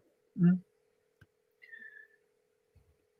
Like this, the speech he gave again. So when Kavanaugh, regardless of the whole Kavanaugh thing, at the end of it, the speech he gave, I thought was spot on in the sense that he attacked people for attacking him for with unfounded reason. You know what I mean? Like there's a reason to attack someone if they did something wrong, but if you don't actually have any facts to back something, don't just attack someone and destroy someone's name because your party wants you to. Yeah, that whole thing with Kavanaugh was a freaking disgrace. It was. Absolutely disgrace. And even this last one, I mean, the Democrats fought it. Well, I think they're fighting it for the election here. Right. Right. Also, well, I feel bad the for. Constitution is clear. It's Trump's choice. Trump gets the nomination. It's black and white. Right. But what they did to Obama, though, Obama had 9 months left in his term, and the Republicans are all raising holy hell that he's picking somebody in an election year. Yeah. No. Right. And the same senators were. Lindsey Graham was one of them. The king. Well, he even said back then. He said, "If we do this again, you hold me to the coals or whatever." It was he said. Yeah. Yeah. No, absolutely. That, and he's just like, well, you got to do what you got to do. Yeah. He flat out was like, yeah, I can't defend that. It's.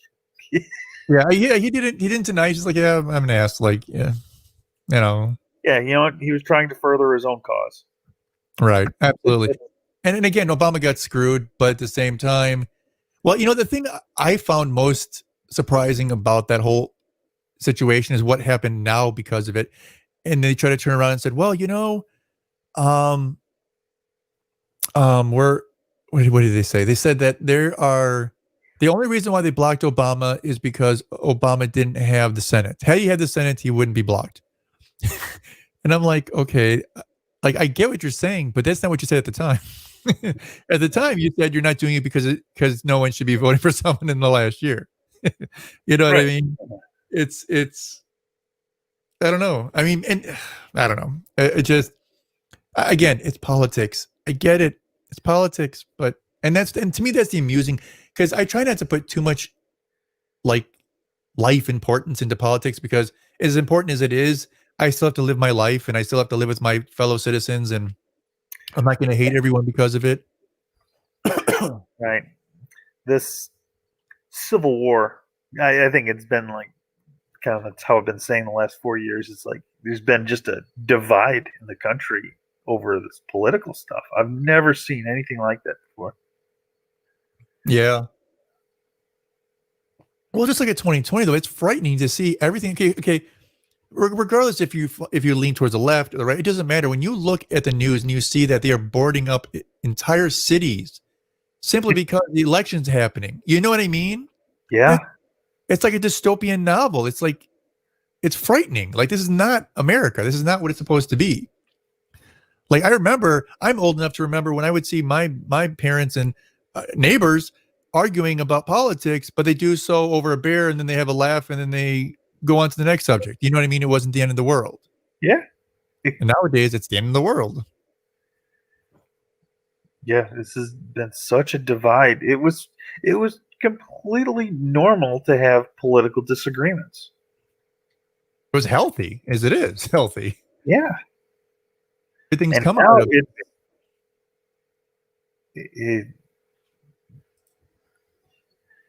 Like it's gone to the point of pure violence, like the Biden bus in Texas. Oh yeah. Now I do understand, because I've watched the whole video, or at least all the videos I can publicly find, and there was one person who was kind of, double doing the whole thing at first, but they were doing that because of the Trump trucks that were kind of in the air. You know what I mean? There was a trailing vehicle that had support, that had staff in there from the Biden campaign, who was, going over both lanes to kind of try to stop them from coming around them or whatever. And I totally get that. So, but it's still no excuse for, going in front of the bus or slowing. You know what I mean? It was. That would actually fall under the strict definition of domestic terrorism. Could, absolutely. And they're doing, I heard the FBI. Definition of domestic of terrorism in general is using fear to further a cause. Right. Yeah. Well, no, and that's the thing, is the FBI is investigating, so we'll see what happens. I mean, I don't think they were trying to quote unquote be terrorists. I don't think they were trying to hurt anyone. I think they were just being childish. Yeah, they're just being hillbillies. Yeah, could be. Yeah. Could be. Now, where was it at? That was in Texas, right? Yeah, that was outside of Dallas, I think. Yeah, well, he already won Dallas, so didn't hurt him there. No. I mean, Biden did. Now, did you see any footage of Trump in Texas? Because I don't remember him being in Texas much.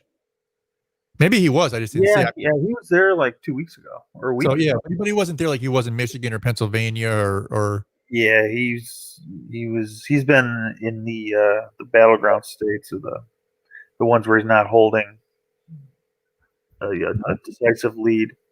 That could come back and bite him. So, just as an update, so they're showing on Fox News, Biden with 129, Trump with 109.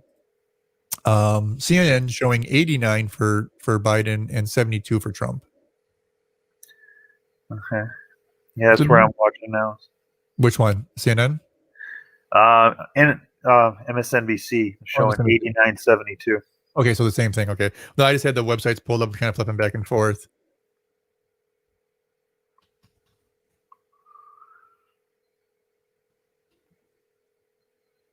Now, when it comes to politics, do you ever, this is just a personal question, do you ever feel like you're being played? And I mean that in the sense like, you know, you'll see people who are on the right and the left who are hanging out outside of, you know, the Senate, you know, eating their lunches, you know, having a good laugh, you know, and it almost feels like, you know, 5 seconds ago or 10 minutes ago, they were yelling at each other, screaming at each other, threats, and now they're just hanging out like they're best old friends. You know what I mean? Do you feel like they're just doing it more for show, or do you feel like they're just, I mean, I don't see that stuff as often as I used to, of course, but I just worry nowadays that it's almost more for show than anything else. Yeah, you know, that's kind of got me thinking the like the Illinois fair tax, that being up on this, and oh yeah, what do you think of that? I think it's a must-have. You do? Okay, interesting. Okay, you're probably the first person I've talked to that said that. Because the state's going to go bankrupt. Mm-hmm. All right, I give you that 100%. I think we already are. I think we're not like on life support. We're already dead. We just haven't realized it. Yeah. I mean, there's no way Illinois can afford to exist. Right. And everything that led up to this vote on the fair tax, all the stuff saying vote no on the fair tax was all 100% bullshit. What do you mean? If you don't mind. All of the ads, they're the backing to vote no for it was it'll give Illinois lawmakers unlimited ability to raise your taxes. Okay. When it doesn't, it just won't have to go to the popular vote. It can be done by a vote of Congress instead of a popular vote. Well, correct. No, you're right. It absolutely still has to pass through the right. There's only 4 states that don't do it that way, and Illinois is one of them. And they're making it sound like they're making it sound like the legislature was just going to come in and just rake your taxes. But the truth of the matter is, if you make under $250,000 a year, you're going to get a very small tax cut. Right. A very small, $25, I think they figured per person. Yeah, it's a nominal tax cut. If you make under $10,000 a year, you're going to get a decent tax cut, but you're not going to be paying much in taxes anyway. Sure, but of course. People with the extremely large incomes, greater than 250, they get a very small percentage. It was like 0.07% tax increase. Well, I see to most people I know that were objecting to it. I think the reason why it wasn't so much what's happening now is that they're fearing what's going to happen in 3 years or 5 years or 8 years when they can go ahead and apply these same changes to anyone under, say, making $60,000 a year, and then increase them by 5% or 3% or 2%, whatever it is. Pick an arbitrary number. And I think that's what people are fearful of. It's that right now the government has to ask our permission to be able to jump us up in taxes. We want them to still have to do that, as opposed to us, or as opposed to them just being able to do it on their own, unchecked. I mean, from what I understand, that's what most people, I believe, had the objection to. Yeah, that's what the political ads to vote no for it were. Right. Correct. But it's not that easy to just raise taxes like that. They can't just, hey, everybody, we're doubling your taxes now. That just, I don't know the specifics behind that, but that's not. Well, no, they can, but again, they'd have to pass it like a normal bill, where they pass it through the House and then the Senate, and then. But the thing is that in Illinois, we're a very blue state. So if the Democratic Party says this is how we're going to do it, it's going to go through. Well, to some extent, if it wasn't ridiculously expensive, you know what I mean? If it wasn't too high. I mean, I'm sure at some point, even Democrats in Illinois would be like, no, I'm not going to support this, or, whatever, because it's going to hurt my constituents, or, whatever. So there would still be some pushback, but I just think it's the fear more than anything of knowing that, hey, right now we have power. If we do this, we won't have the power. Yeah, and that was the big thing. It was the fear. Right. And they played their hand perfectly, using that fear to get the vote their way. Sure. Well, and that's something about it as well. I mean, because it also depends on how you look at government. Do you think that government is, you think government is at where it's supposed to be, or do you believe that government needs to grow, or you think government needs to shrink? You know what I mean? Kind of depends on what your view of government is. Like, some people look at Illinois and be like, well, this is a complete waste of energy and it needs to be completely torn down and rebuilt and minimized, and we need to cut all pensions, and we need to do this and that, blah, blah, blah. And some of that might be true. We do need to do some things, but what those are, I don't know. It's above my pay grade. But, you know what I mean? I think some people are wrestling with that as well, as it's trying to decide, what can we do? What are we going to do to fix this? Because like you said, we have to do something. Like, let me put it this way. Say in your house, say you make $100,000 a year and you live because you make X amount of dollars a year. Okay. Now let's say all of a sudden you've lost your job and you have no income, or say you had to take a job making $20,000 or $30,000 a year. Well, you can't live the same lifestyle. Well, because of that, as a household, you're going to have to make changes. You're going to have to stop taking vacations, maybe get rid of your car, maybe whatever it might be. And the thing is, with government, they don't have to do that because of the government. So they just keep raising taxes. And a lot of people don't like that. So they want government to stop spending so they can pay off their debt first. So there's always that argument going back and forth as well. Yeah, I see that completely too. Yeah, the government, they're left unchecked. Right. And I think that's where the fear part comes into it as well, because like you were saying, or we were both kind of mentioning, it's not knowing, you know what I mean? It's right now we have some power, we've taken it away, we have no power. And I get it. I get it. Well, and that's the thing too. You probably remember when I was a kid, I used to talk about things like, I'd be willing to give half my paycheck if it meant everyone was taken care of. But the problem is, as an adult, I've grown to understand I can give them half my paycheck, but they're just going to waste most of what I give them. That's exactly it. A dollar for you, a dollar for me. Right. A dollar for the cause, a dollar for me. Yeah, right. And really, there's nothing that your everyday person can do about it.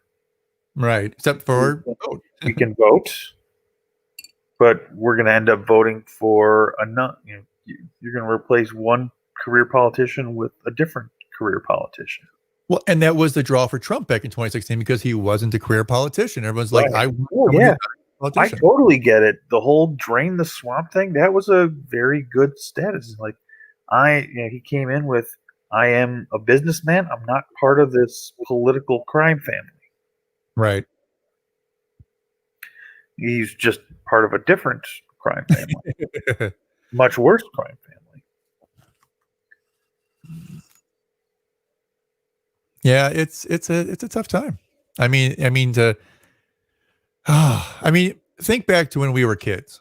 Do you ever think this would be how the world would be when you growing up in the 80s and 90s and Jeez, no. I don't think I even took any. I never cared about politics at all, probably till I was in my late 20s. Okay.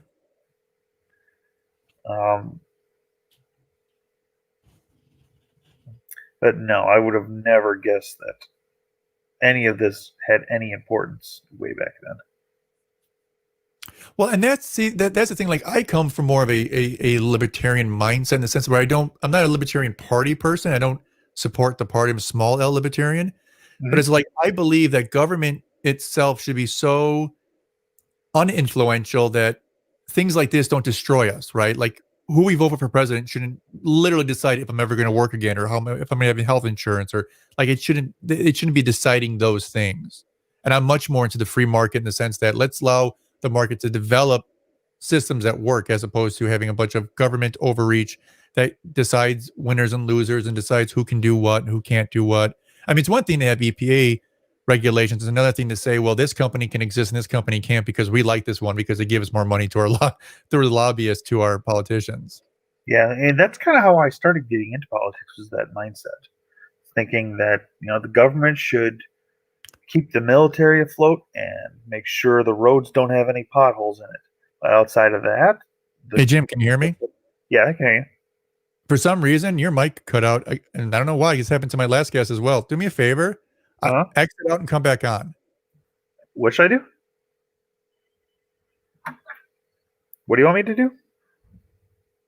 So I'll remove you and you come back on.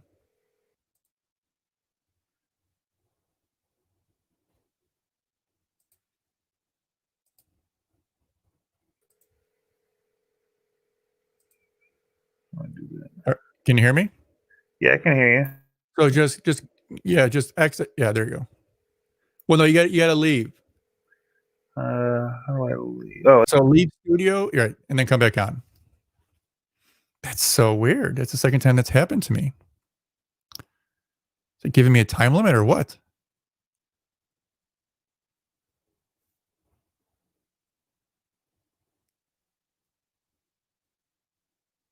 So anyways, while we're waiting for Jim to hop back on, hopefully, that is so strange. Same thing happened to Josh. All right, you there? Yep, I'm here. It's so strange. I had a guest, I don't know if you saw earlier, a guy from Northern Ireland, and same exact thing happened. He was just talking and just like about an hour and 30 minutes and just disappeared. So strange. All right, so yeah, so you said that's something that kind of brought you back into politics? Oh yeah, that's kind of how my thoughts get when I first got into politics. Was that libertarian mindset, and that I thought the government should take care of the military and federal roads, and basically just take care of the country as a whole, and leave basically just stay out of the day-to-day lives of people. Sure, absolutely. No, 100%. I mean, and again, as long as you are not doing anything to harm anyone else's rights or allowed to stop them from living their life or going after the things that they want to, you should be allowed to pretty much do whatever you want. Yeah. Within reason, obviously. There are some gray areas. So you can say that all you want, but there are going to be areas where you might do something and you might perform an act which might indirectly affect people to a point where they can't overcome there's that issue as well. Sure. So it isn't black and white. It isn't like, easily we can define what this is. It doesn't work that way. Yeah, there's a lot of areas that have to be worked out. But and again, to me, and that's why I'm a libertarian in theory. Like, I'm a libertarian for the movement in the sense of libertarians believe, not so much what a party is. Because I look at the party and I try to align myself with the party, and there's certain things I agree with and certain things I certainly don't. So it's like I find myself more of a libertarian mindset that could vote for a Republican or vote for a Democrat or vote for whoever I supported the best at that time. Mm-hmm.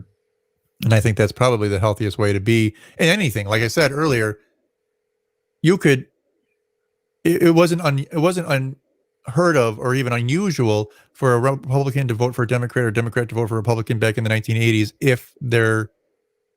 if that candidate was the best one for their fit.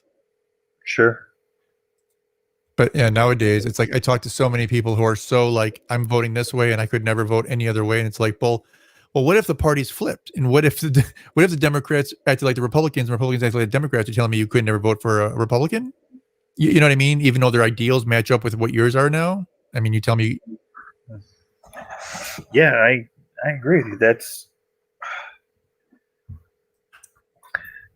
this blind party loyalty is flat out ridiculous now. Yeah.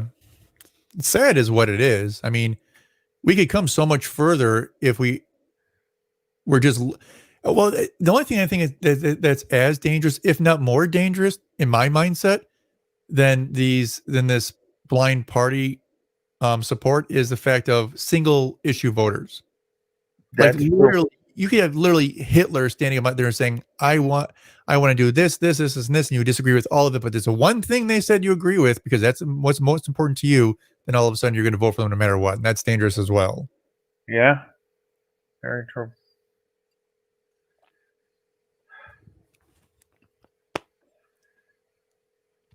I'm actually really surprised that Trump has as big of a following as he does.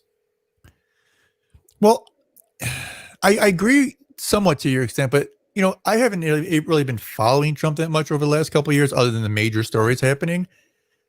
But with all the campaigning going on, all his rallies, I'll watch the first few minutes of a rally or whatever, or I'll flip through the channels and I'll find him doing a rally, and I'll just watch literally 3, 4, 5 minutes of it, and I'll see him act, and I'm like, you know what? I see why people like him, because he doesn't act like a politician. He'll act like a regular guy, if you will. Not even like an elitist, like a billionaire elitist. He acts like your boss at the shop you used to work at. You know what I mean? Sometimes. Yeah. So he puts on a show. He does. No, he is. Was it P.T. Barnum? Yeah, he puts on a performance. He's good. I mean, and you look at everything that he's done, though, and he has not done anything well. And some of the things he did were extremely scary. Like his bond with these third world dictators. That was terrifying. What do you mean? Kim Jong-un. Oh, okay, sure. Him trying to make friends with Kim, sure. And his blind loyalty to Putin.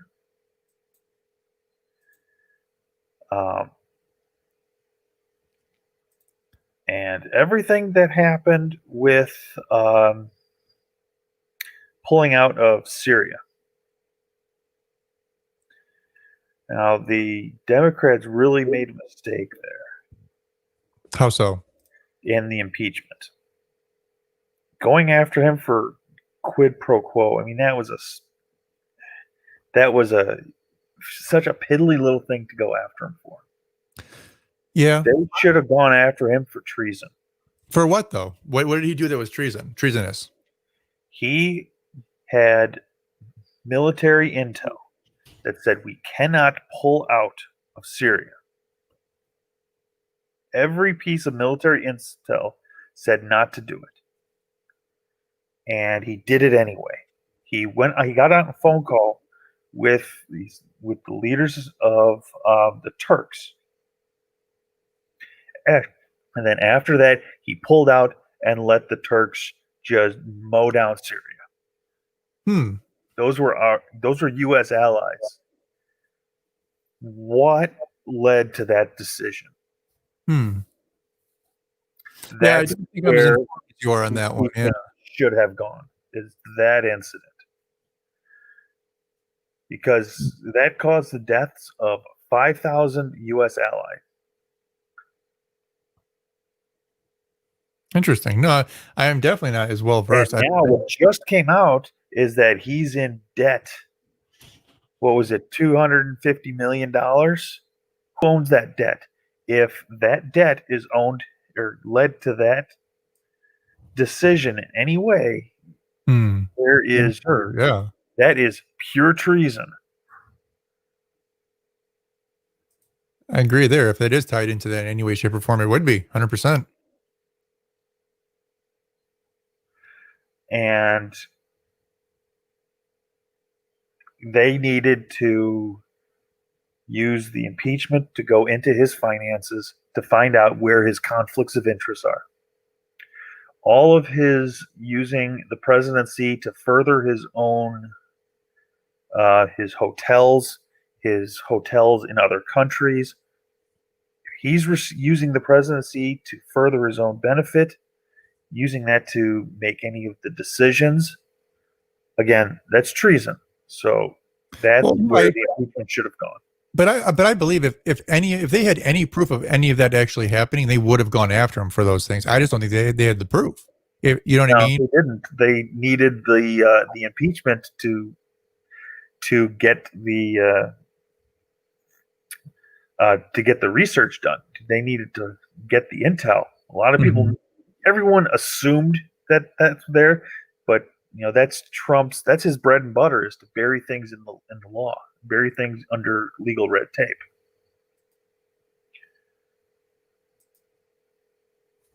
Which is what he's going to do with this election when he loses.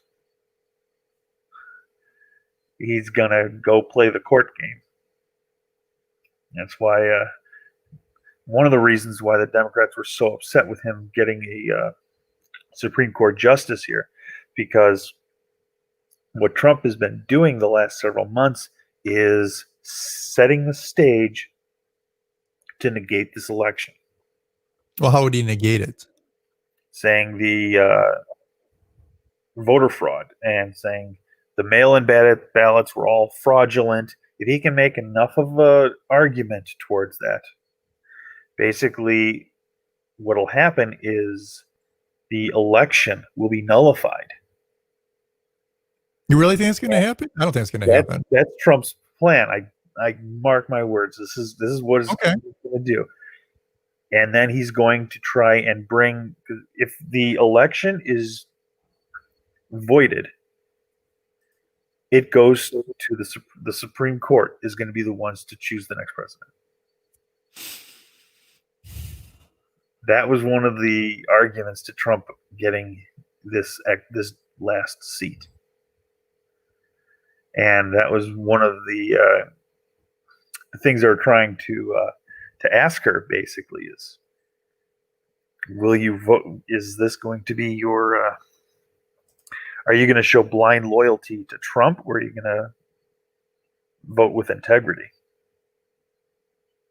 And this judge, I don't know anything about her. I assume she's going to show integrity in her voting, but the Democrats can't have anything not go their way. Right.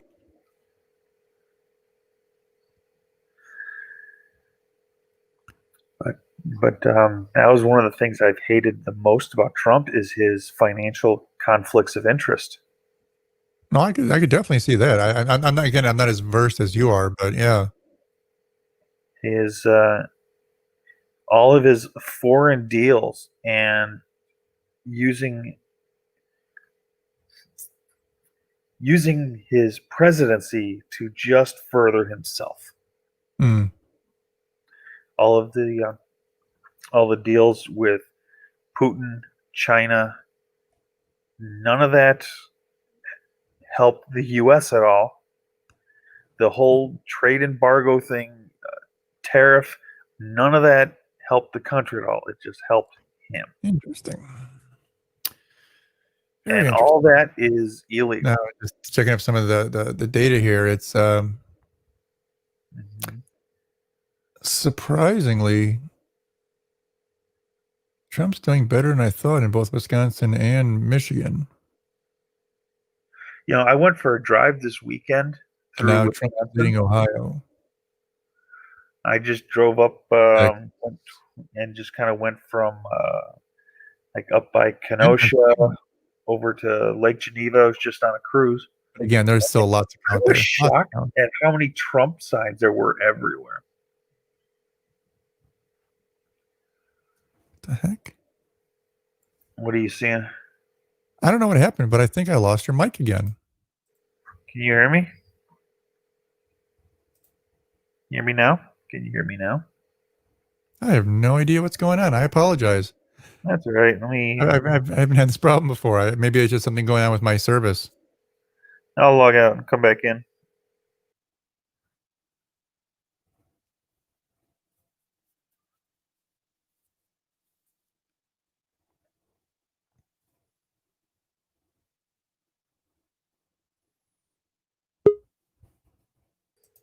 How's that?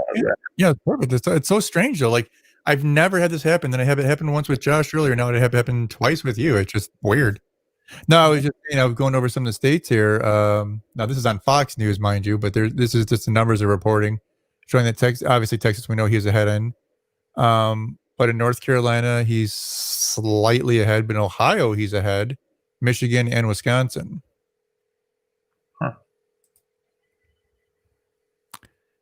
But far from being over. It's way too early to call in any of those states. Interesting. So that's something I always like to ask people as well, is like saying, okay, say you not supporting Trump, what will you do if he wins re-election? Just straight up wins re-election. I don't know. I mean, I doubt if I would do anything differently. Well, right. Now that being said too, see, like a lot of people I know who are huge, not huge, but supporters of Trump, let's put that, or Republicans or whatever, they'll tell me that, that all that matters to them is that Trump wins. I'm like, well, what happens if you lose the Senate? Because if you lose the Senate, he's going to be impeached. There's no doubt about it. They'll find something, no matter what it is. They'll try 3 times in a row. They'll get him. It might take 3 months, 6 months, a year, whatever. They'll get him. So you better hope, if you're quote unquote, if you're a Republican, you better hope that you hold on to the Senate, because otherwise, forget about it. Yeah, and that was one thing that I found so interesting about the impeachment was after it was said and done, the Republican senators basically were admitting, yes, he's guilty, but we didn't vote that way anyway.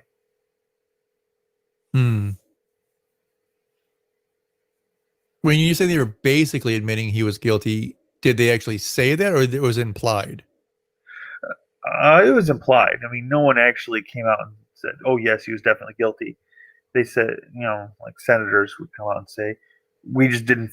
They refused to hear evidence. Right. Oh, sure. Just, how could you have a trial, most important trial going on in the world, and not have evidence? I mean, it was just a sham. The whole impeachment was done so poorly.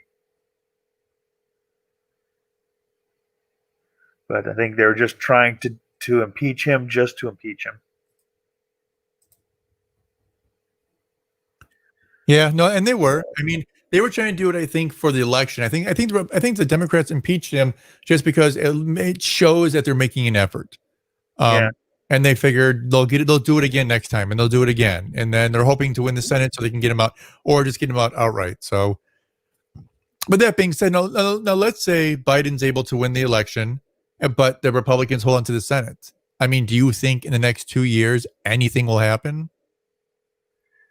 No, and that's probably a good thing. For the overall health of the country, you have to have a balance. Right, absolutely. I couldn't agree more. And if both the House and the Senate are single-sided, votes are going to be partisan. But then again, maybe we can actually get away from this voting based on Republican versus Democrat. If the Republicans are voting one way, I'm going to vote the other way. That mindset is just horrible. Right. We've got 100 senators right now that are voting one way just to vote against what the other side is doing. Right. Well, and that's the thing. They'll be like, they'll ask, well, how are they voting? Oh, okay, I'll go to the opposite. Just whatever it is, night and day. It doesn't matter what the stance is. It doesn't matter what any of it is. They're going to go opposite. They could come up with a bill saying puppies for orphans or some ridiculous like that. They'll vote against it. Sure. And it's childish. I mean, that's the thing. I'm just not used to. It's like, here are a bunch of grown men and women who act like they're 12 years old. It just doesn't make any sense to me. They're putting party in front of the country, and that's just unacceptable. And that's why I'm willing to vote them all out. But unfortunately, you can't do that necessarily. I agree. And the first time I really saw that was with Obamacare. Mm-hmm. There was so many people just against Obamacare, not based on the grounds of the concept, but just voting against whoever is suggesting it. I think that's true for some people. Some other people I know had issues, and I think some of their fears proved true. And what I mean by that is, I worked in the healthcare industry when this all went down. I saw it firsthand. Plus, I saw what happened with my own insurance. So, everyone knew insurance would go up. And I think to some extent, most people were okay with that, because if it means more people have healthcare coverage, so be it. But when they saw that costs were doubling, if not more, as well as out of pockets went through the roof, insurance at the time, my insurance at the time more than doubled. It went up about 130% in less than 2 years for just my premiums. And then most of my friends as well who had PP, because I had an HMO, most people who had PPOs, their out of pockets or their deductibles went from $1,500 a year to $6,500 a year overnight. And that to me was unacceptable. Like there could have been a workaround if they could have implemented it different. They could have done something different. Right. That's the key right there, is how it was implemented. Yeah. And, the Affordable Care Act is a great idea, but just implemented, just terrible, terrible execution. Right. And it was, the Republicans did everything they could to block it and to hinder it, which was it was the reason for all those costs going up. Had they just stepped aside and let Obamacare be what it was intended to be, that would have never happened. You think? Yeah, that was the whole point of it. Well, So, right. The problem is the insurance companies have to start covering all these new things. So to do that, they pass the cost on to the either the employers or the individuals, and those costs went up. Right. But then the basis for Obamacare, actually, like what happened to John, that is the epitome of why Obamacare was needed. Right. So, I agree. So you got two guys, and they both have a medical cost, a medical procedure needed. Say the bill on this is $10,000. I have insurance, and the guy over there with the same procedure doesn't. The hospital charges each of us $10,000. I give it to my insurance company. The insurance companies look at that and say, "No, we're only giving you $1,000 for this." Right. They pay the insurance company $1,000. I pay my $50 deductible, and bill is settled. The guy who doesn't have the insurance company to fend for him gets stuck with a $10,000 bill. Mm-hmm. And that's what happened to your brother. Right. What happens to millions of people? That's what happens to everyone. And that was the whole concept, going back even Breaking Bad. That was the whole concept behind Obamacare, is that so the little guy would stop getting screwed. And so everybody has the ability to get health care. Right.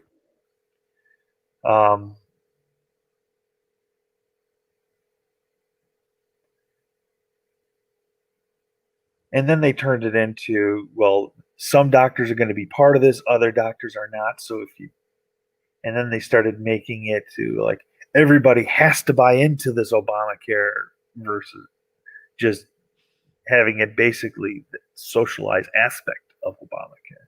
Sure. That's the way it was supposed to be. It's supposed to be like a socialized, like if you don't have insurance, you go under this Obamacare, and it would end up acting like Medicaid. Right. No, absolutely. And but that was the whole concept. Right. But it wasn't going to be great insurance, like if you got, a stick in the eye, they say, well, we'll put a Band-Aid on it, and since you have another eye, good luck.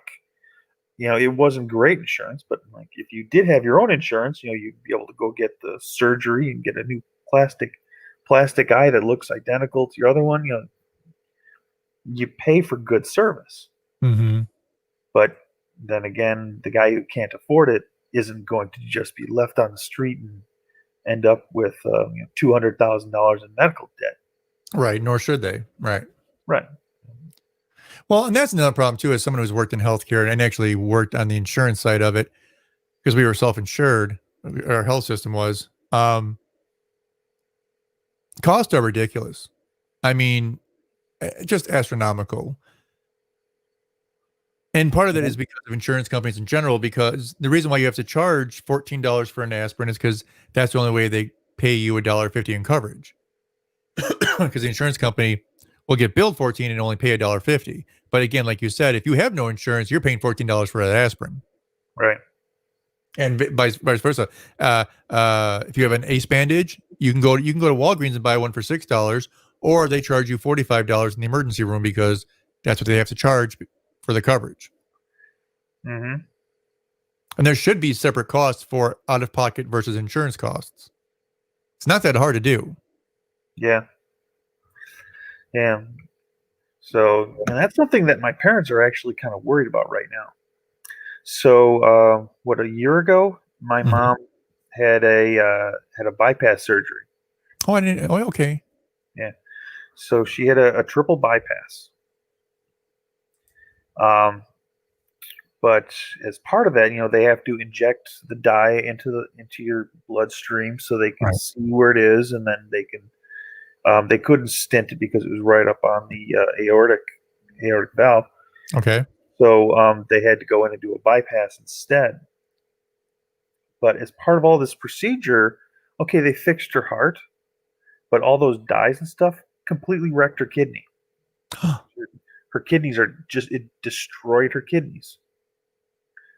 Now, my mom is on dialysis. The cost of dialysis, what they're being charged, is $5,000 a day.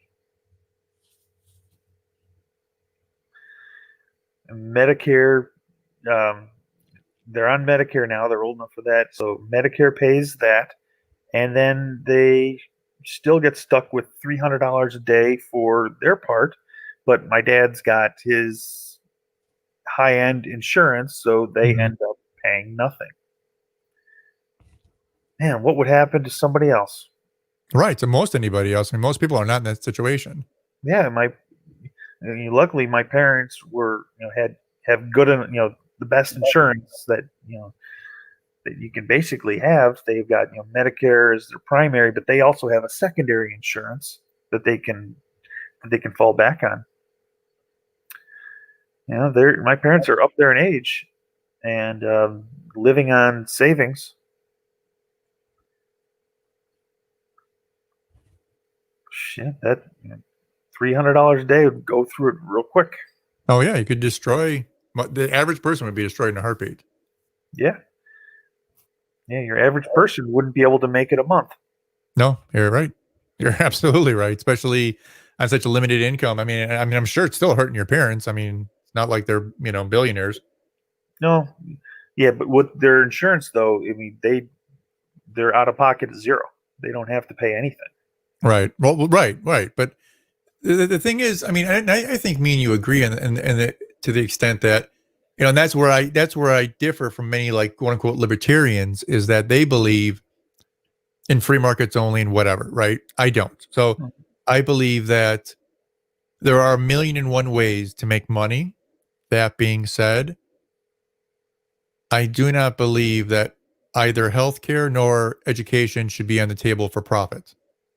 Yeah, I agree with you 100%. There's too many reasons not to be doing that. If somebody gets hit by a car, they deserve every life-saving asset they can possibly get. Sure.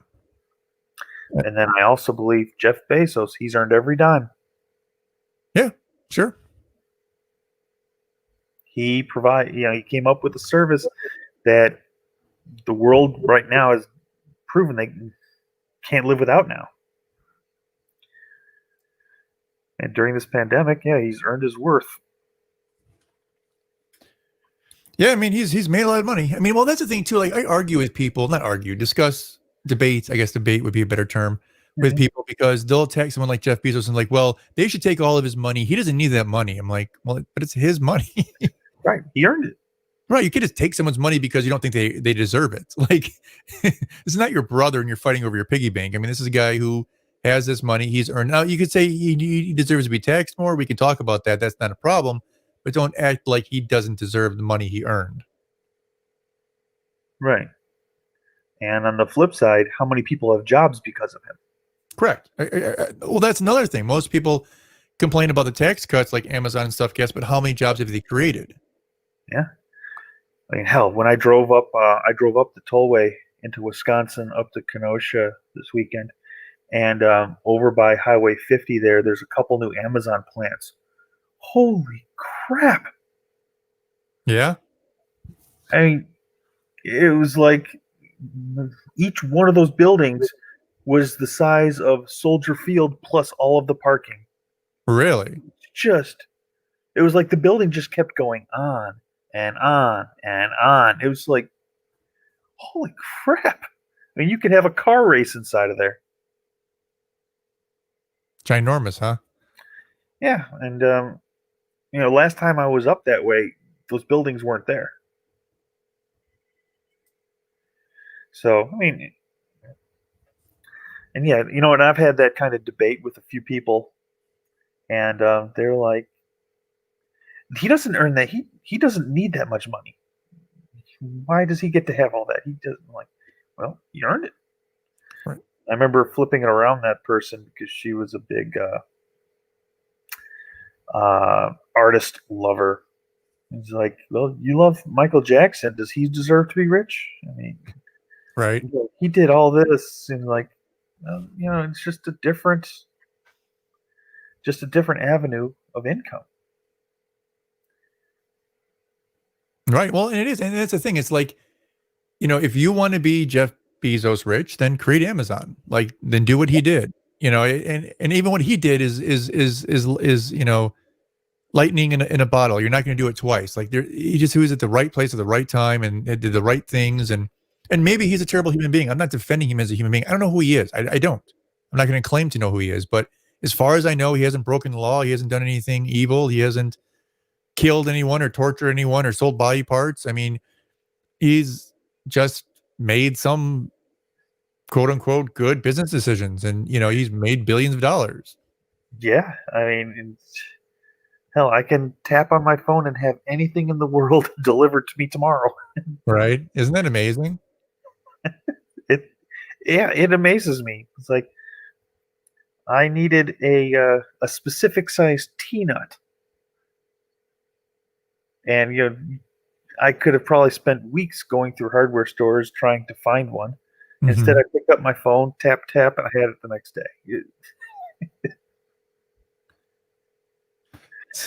Something else. That's for certain. Well, no, go on. I'm just saying it's amazing the service, and yeah, same thing with Bill Gates. They created something the world wanted or needed. Right. And that's why they get what they get. Yeah. And actually, I like Bill Gates. Like right now, he's trying to figure out a way to give energy to third world countries. Self-sustained energy. Hey, do you know what Bill Gates is doing now? Do I know? Yeah. I haven't heard the energy thing. I've only heard of the vaccinations because that's the big thing that's going on. Like Bill Gates, he's doing a lot of scientific experiments that will help these third world countries and people that live there have sustainable energy, water, electricity, things like that. He's actually come up with a toilet that'll generate electricity. Interesting. By composting or yeah, basically turning the waste and how it degrades can actually create electricity. Yeah, no, I've heard very little talk about this, but again, being with coronavirus and everything's obviously centered around vaccinations and medical, and yeah, no, that's interesting. But out of his own pocket, he's hiring the greatest minds in the world to solve these problems. And he's basically paying people. If you can come up with an idea, I'll buy it from you. And he's just buying people's ideas that you can put into use. I mean, that's just someone he's giving back. Yeah, Sure, absolutely. And that's a wonderful thing because he's earned money and he doesn't need to keep it all, right? So and he's got plenty of money no matter what. I mean, he could give away 80% of what he has and he would still live like a billionaire. Oh yeah. You know what I mean? So it's not like, and again, that's the beautiful thing. Like in a perfect world, we would have no government and we could all earn as much as we want, but we'd be willing to give whatever anyone needed, right? And that's in a perfect world. Unfortunately, we don't live in a perfect world. But it's nice and refreshing to see people who act the way you would hope they would, right? Yeah. And maybe one day, maybe Bezos will be more of a philanthropist than he is now. I mean, I'm not saying he's not at all. I don't know. I just don't hear many stories about him doing things of that nature or foundations or, maybe he is and I'm just not hearing about it. But maybe one day, or maybe stories of it will come out or whatever. Who knows? Yeah, who knows what's going to come out with that guy? I don't know much about him, but apparently there's a lot of people that don't like him as a person. Sure, right, and he might be a horrible human being. I'm not saying he's not. I just don't know. I do find it amusing though that he got divorced and his wife got. How much did she get in the divorce? It's crazy. I don't know. It was. I know she's been doing a lot of philanthropy work with money she has, but it was. I mean, but what is her name? It's Jeff Bezos.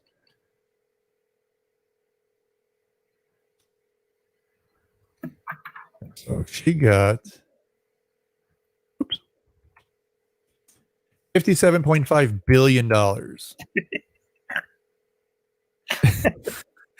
I would marry Jeff Bezos for a fraction of that amount of money. God. $57 billion. Oh my God. That's amazing. Yeah, I saw something there that they showed like what's his name? Brady. They showed the quarterback. Oh, Tom Brady. They showed Tom Brady. He's saying like, he makes $100 million a year. Uh-huh. At his salary, he would have to work and save every penny for like 1,000 years to be as rich as Bezos. Really? Isn't that crazy? That's crazy. Well, and think about it, his ex-wife, right? Mackenzie Scott, because I guess she went back to her maiden name or whatever. She literally got divorced and instantaneously became the richest woman in the world. $57.5 billion.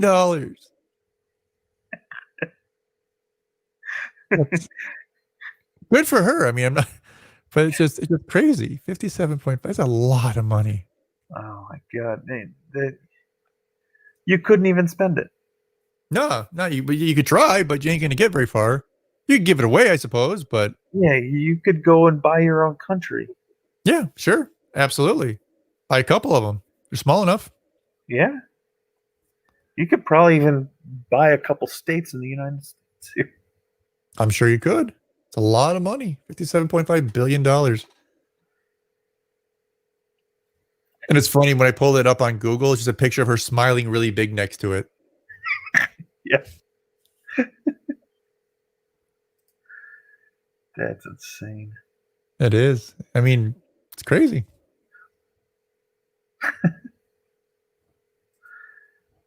It's absolutely crazy. Trying to see here. So just to give a quick update. So on CNN, got that up first. They have 98 to 95 is the total for Biden. Okay. 118 to 102 on MSNBC for Biden. And Fox News has 133 to 115 Biden. But again, they're also showing, they're still showing, well, Texas and Florida, again, not huge surprises, nor Georgia, but showing North Carolina, Pennsylvania, Ohio, Michigan, and Wisconsin all leaning towards Trump. Which, if that's the case, that's not good for Biden. No, not at all.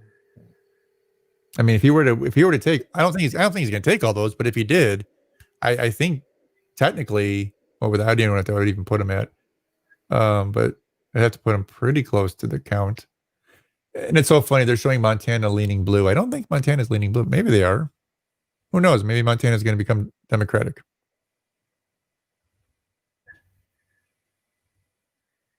Mm.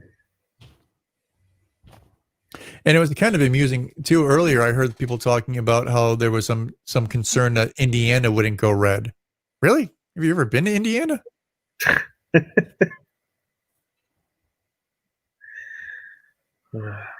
Crazy.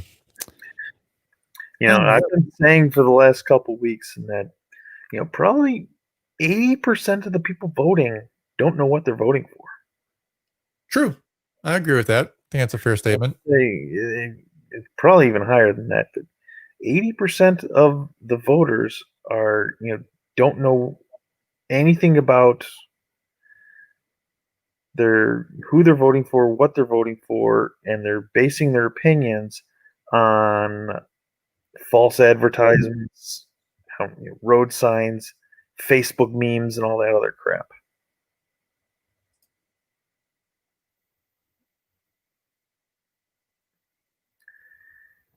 Senate is pretty much dead even. Nebraska slightly in favor of Trump.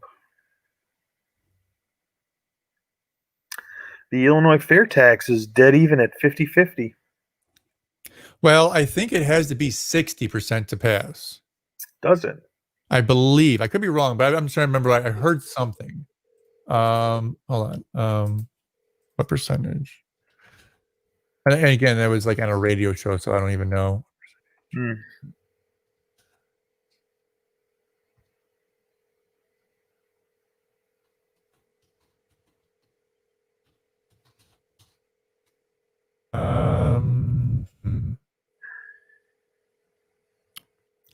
I don't know, maybe here. I don't know.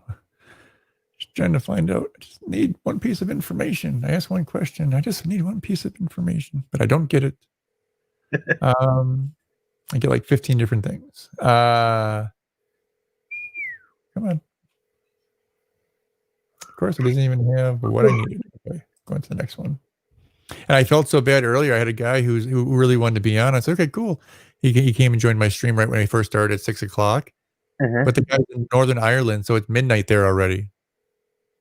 I'm like, you sure you want to do this? He's like, yeah. I'm like, all right, cool.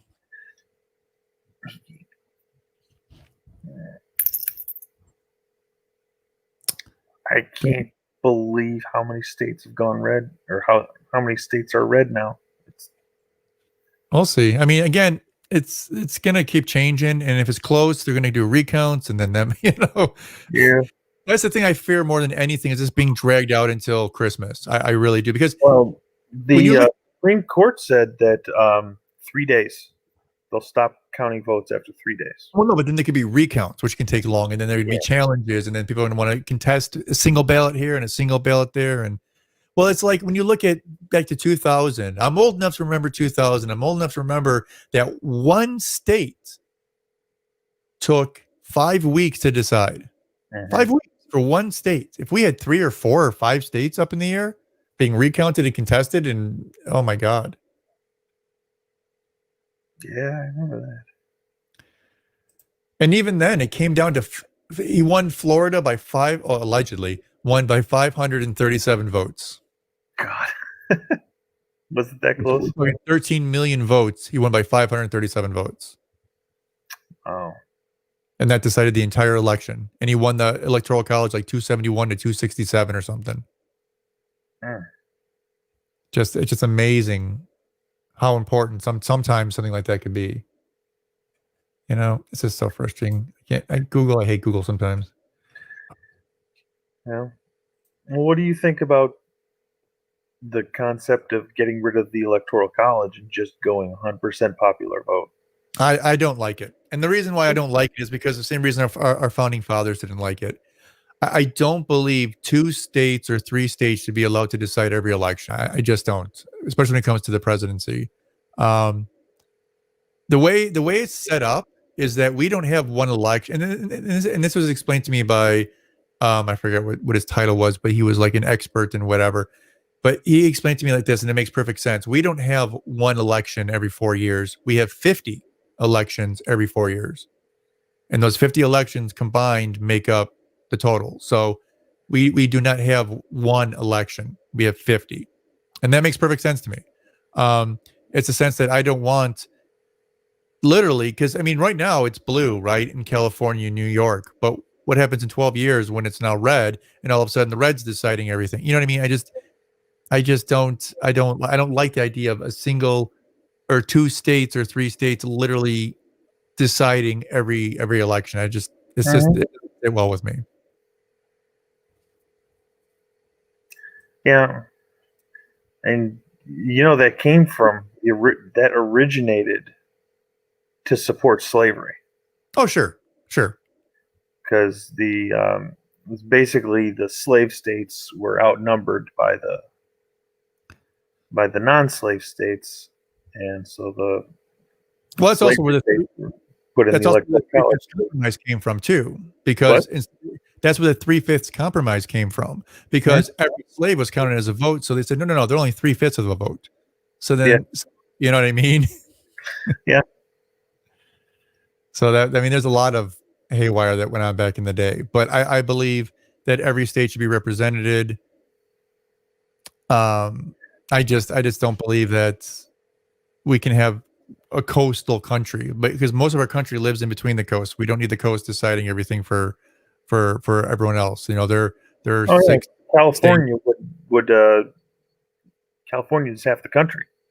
Right. Well, yeah. I mean, it's just a huge amount. Well, I mean, it's huge, but like if you think about it too, California is about what, 40 million?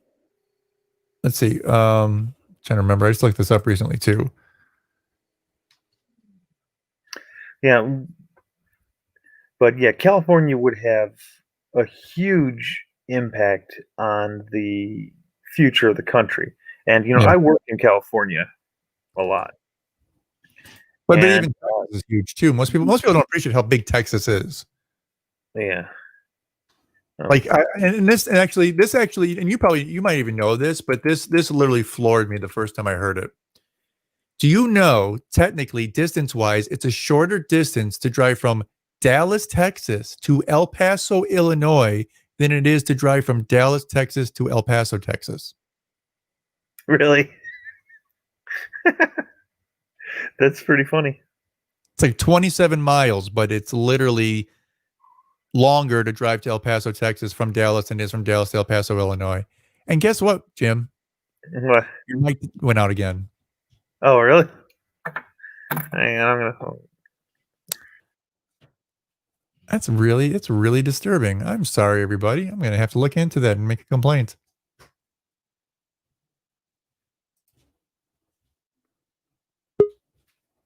How about now?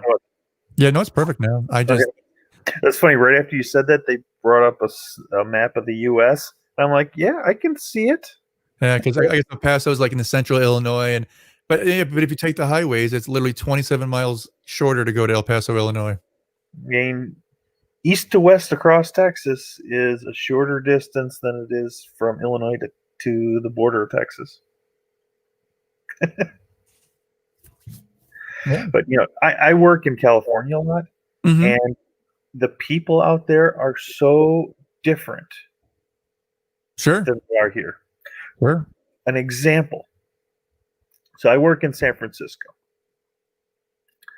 and there, it is completely acceptable to throw your trash on the ground. Really? Yeah. And if you go through the drive-in, it is totally acceptable to take your trash and you're done eating and just toss it out the window of your car on the street. That's weird. But if you go past a recycling thing and put your recycling in the wrong bin, you'll get yelled at. Really? And everywhere you go, there's 4 recycling bins. One's blue, one's green. You've got your plastic recycling here, your paper recycling here, and your compost recycling there. And if you put plastic into the compost, you'll get yelled at. And I was walking with a coworker. We were looking for somewhere to go get a drink after work, and we were on the street corner. And I was making a joke. He's like, "Look at that! I can see 7 different Starbucks from this location here." That's not a joke. I could look from where I was standing. I could see 7 different Starbucks. That's crazy. And then as I was doing that, a car drove through the intersection and just dumped a ton of trash out of the car and just everywhere in the street. And I was thinking, if that happened in Chicago, somebody would pick it up, catch them at the next trash light, and throw it back in their car. Damn straight. But here, that's totally fine. And then when I was out there, I didn't know what to do with my trash. We just ate dinner just had lunch, and I had my thing, and you got to sort your trash out. Trash goes in there, compost goes in there, plastic there, and paper there. So you've always got 4 garbage cans, and they're color coded. And I didn't know what to do. And I did something wrong, and people was like, "You cannot do that." And literally someone reached into the garbage and resorted my trash. Everywhere you go, there's a sign on the wall basically telling you that the outside air has carcinogens in it and it can give you cancer. Okay. And it's a different world. It is.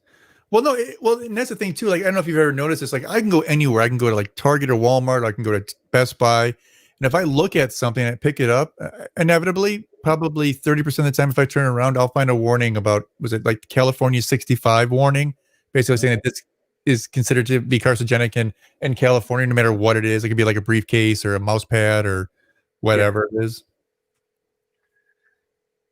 And they say everything will give you cancer. Yeah. Now the graduated tax amendment is 52%. No. 58% reporting. It's gonna be close. Yeah. So they just gave California, Oregon, and Washington to Biden. No surprise. Illinois. Well, yeah. Biden. That's no surprise there. So yeah, so they just jumped up because they gave him the entire West Coast to Biden, but then showing what's left, he's got potentially Arizona, New Mexico, Minnesota, and Iowa, which only gives him another 21, 32. So even at that rate, he would be at 240 something. They just jumped up Biden's electoral votes to 192. Yeah, I've seen 207 on Fox. Okay, so 14.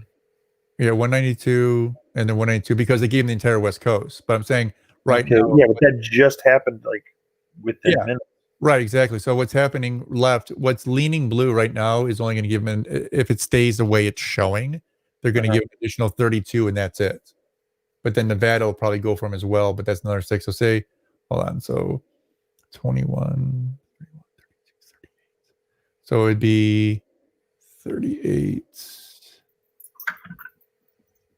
It'd be 240. Right now they're calling it to probably be 246 for Biden in total. But if everything stays red, that's showing red, that means Trump will win. Holy crap. If. There's a lot of ifs there. Yeah. You know what I mean? If Trump can win Texas, Florida, Georgia, North Carolina, Ohio, Michigan, Wisconsin, he's got it. But he could lose half those. I mean, you know, they're 50% counted there, 42% counted there. Well, it looks like he's got Ohio. He's got 90% counted in, and he's up by 8%, which is surprising in Ohio. Florida looks like he's got it's 97% in. He's up by almost 4%. Georgia looks like he's got it. Texas looks like he's got it. So North Carolina, where he's at there. So they have him up about, it's pretty close, but it's at 94%. So he's probably got North Carolina. Pennsylvania, he's probably, well, he might have, I don't know, man. He might win. God. It just depends on Michigan and Wisconsin, really. God, but it's not going to be a big win. It's going to win like 280 to like 250. You know what I mean? It's not going to be a huge win.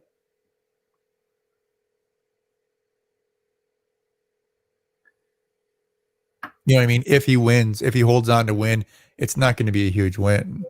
No.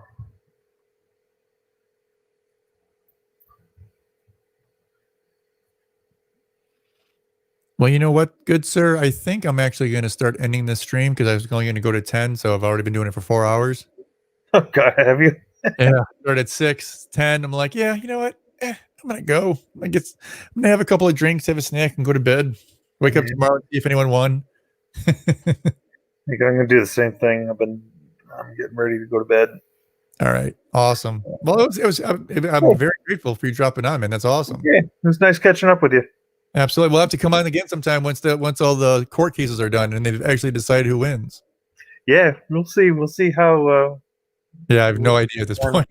Yeah, it's a total toss up now. It is. All right, man. All right, you have a good one.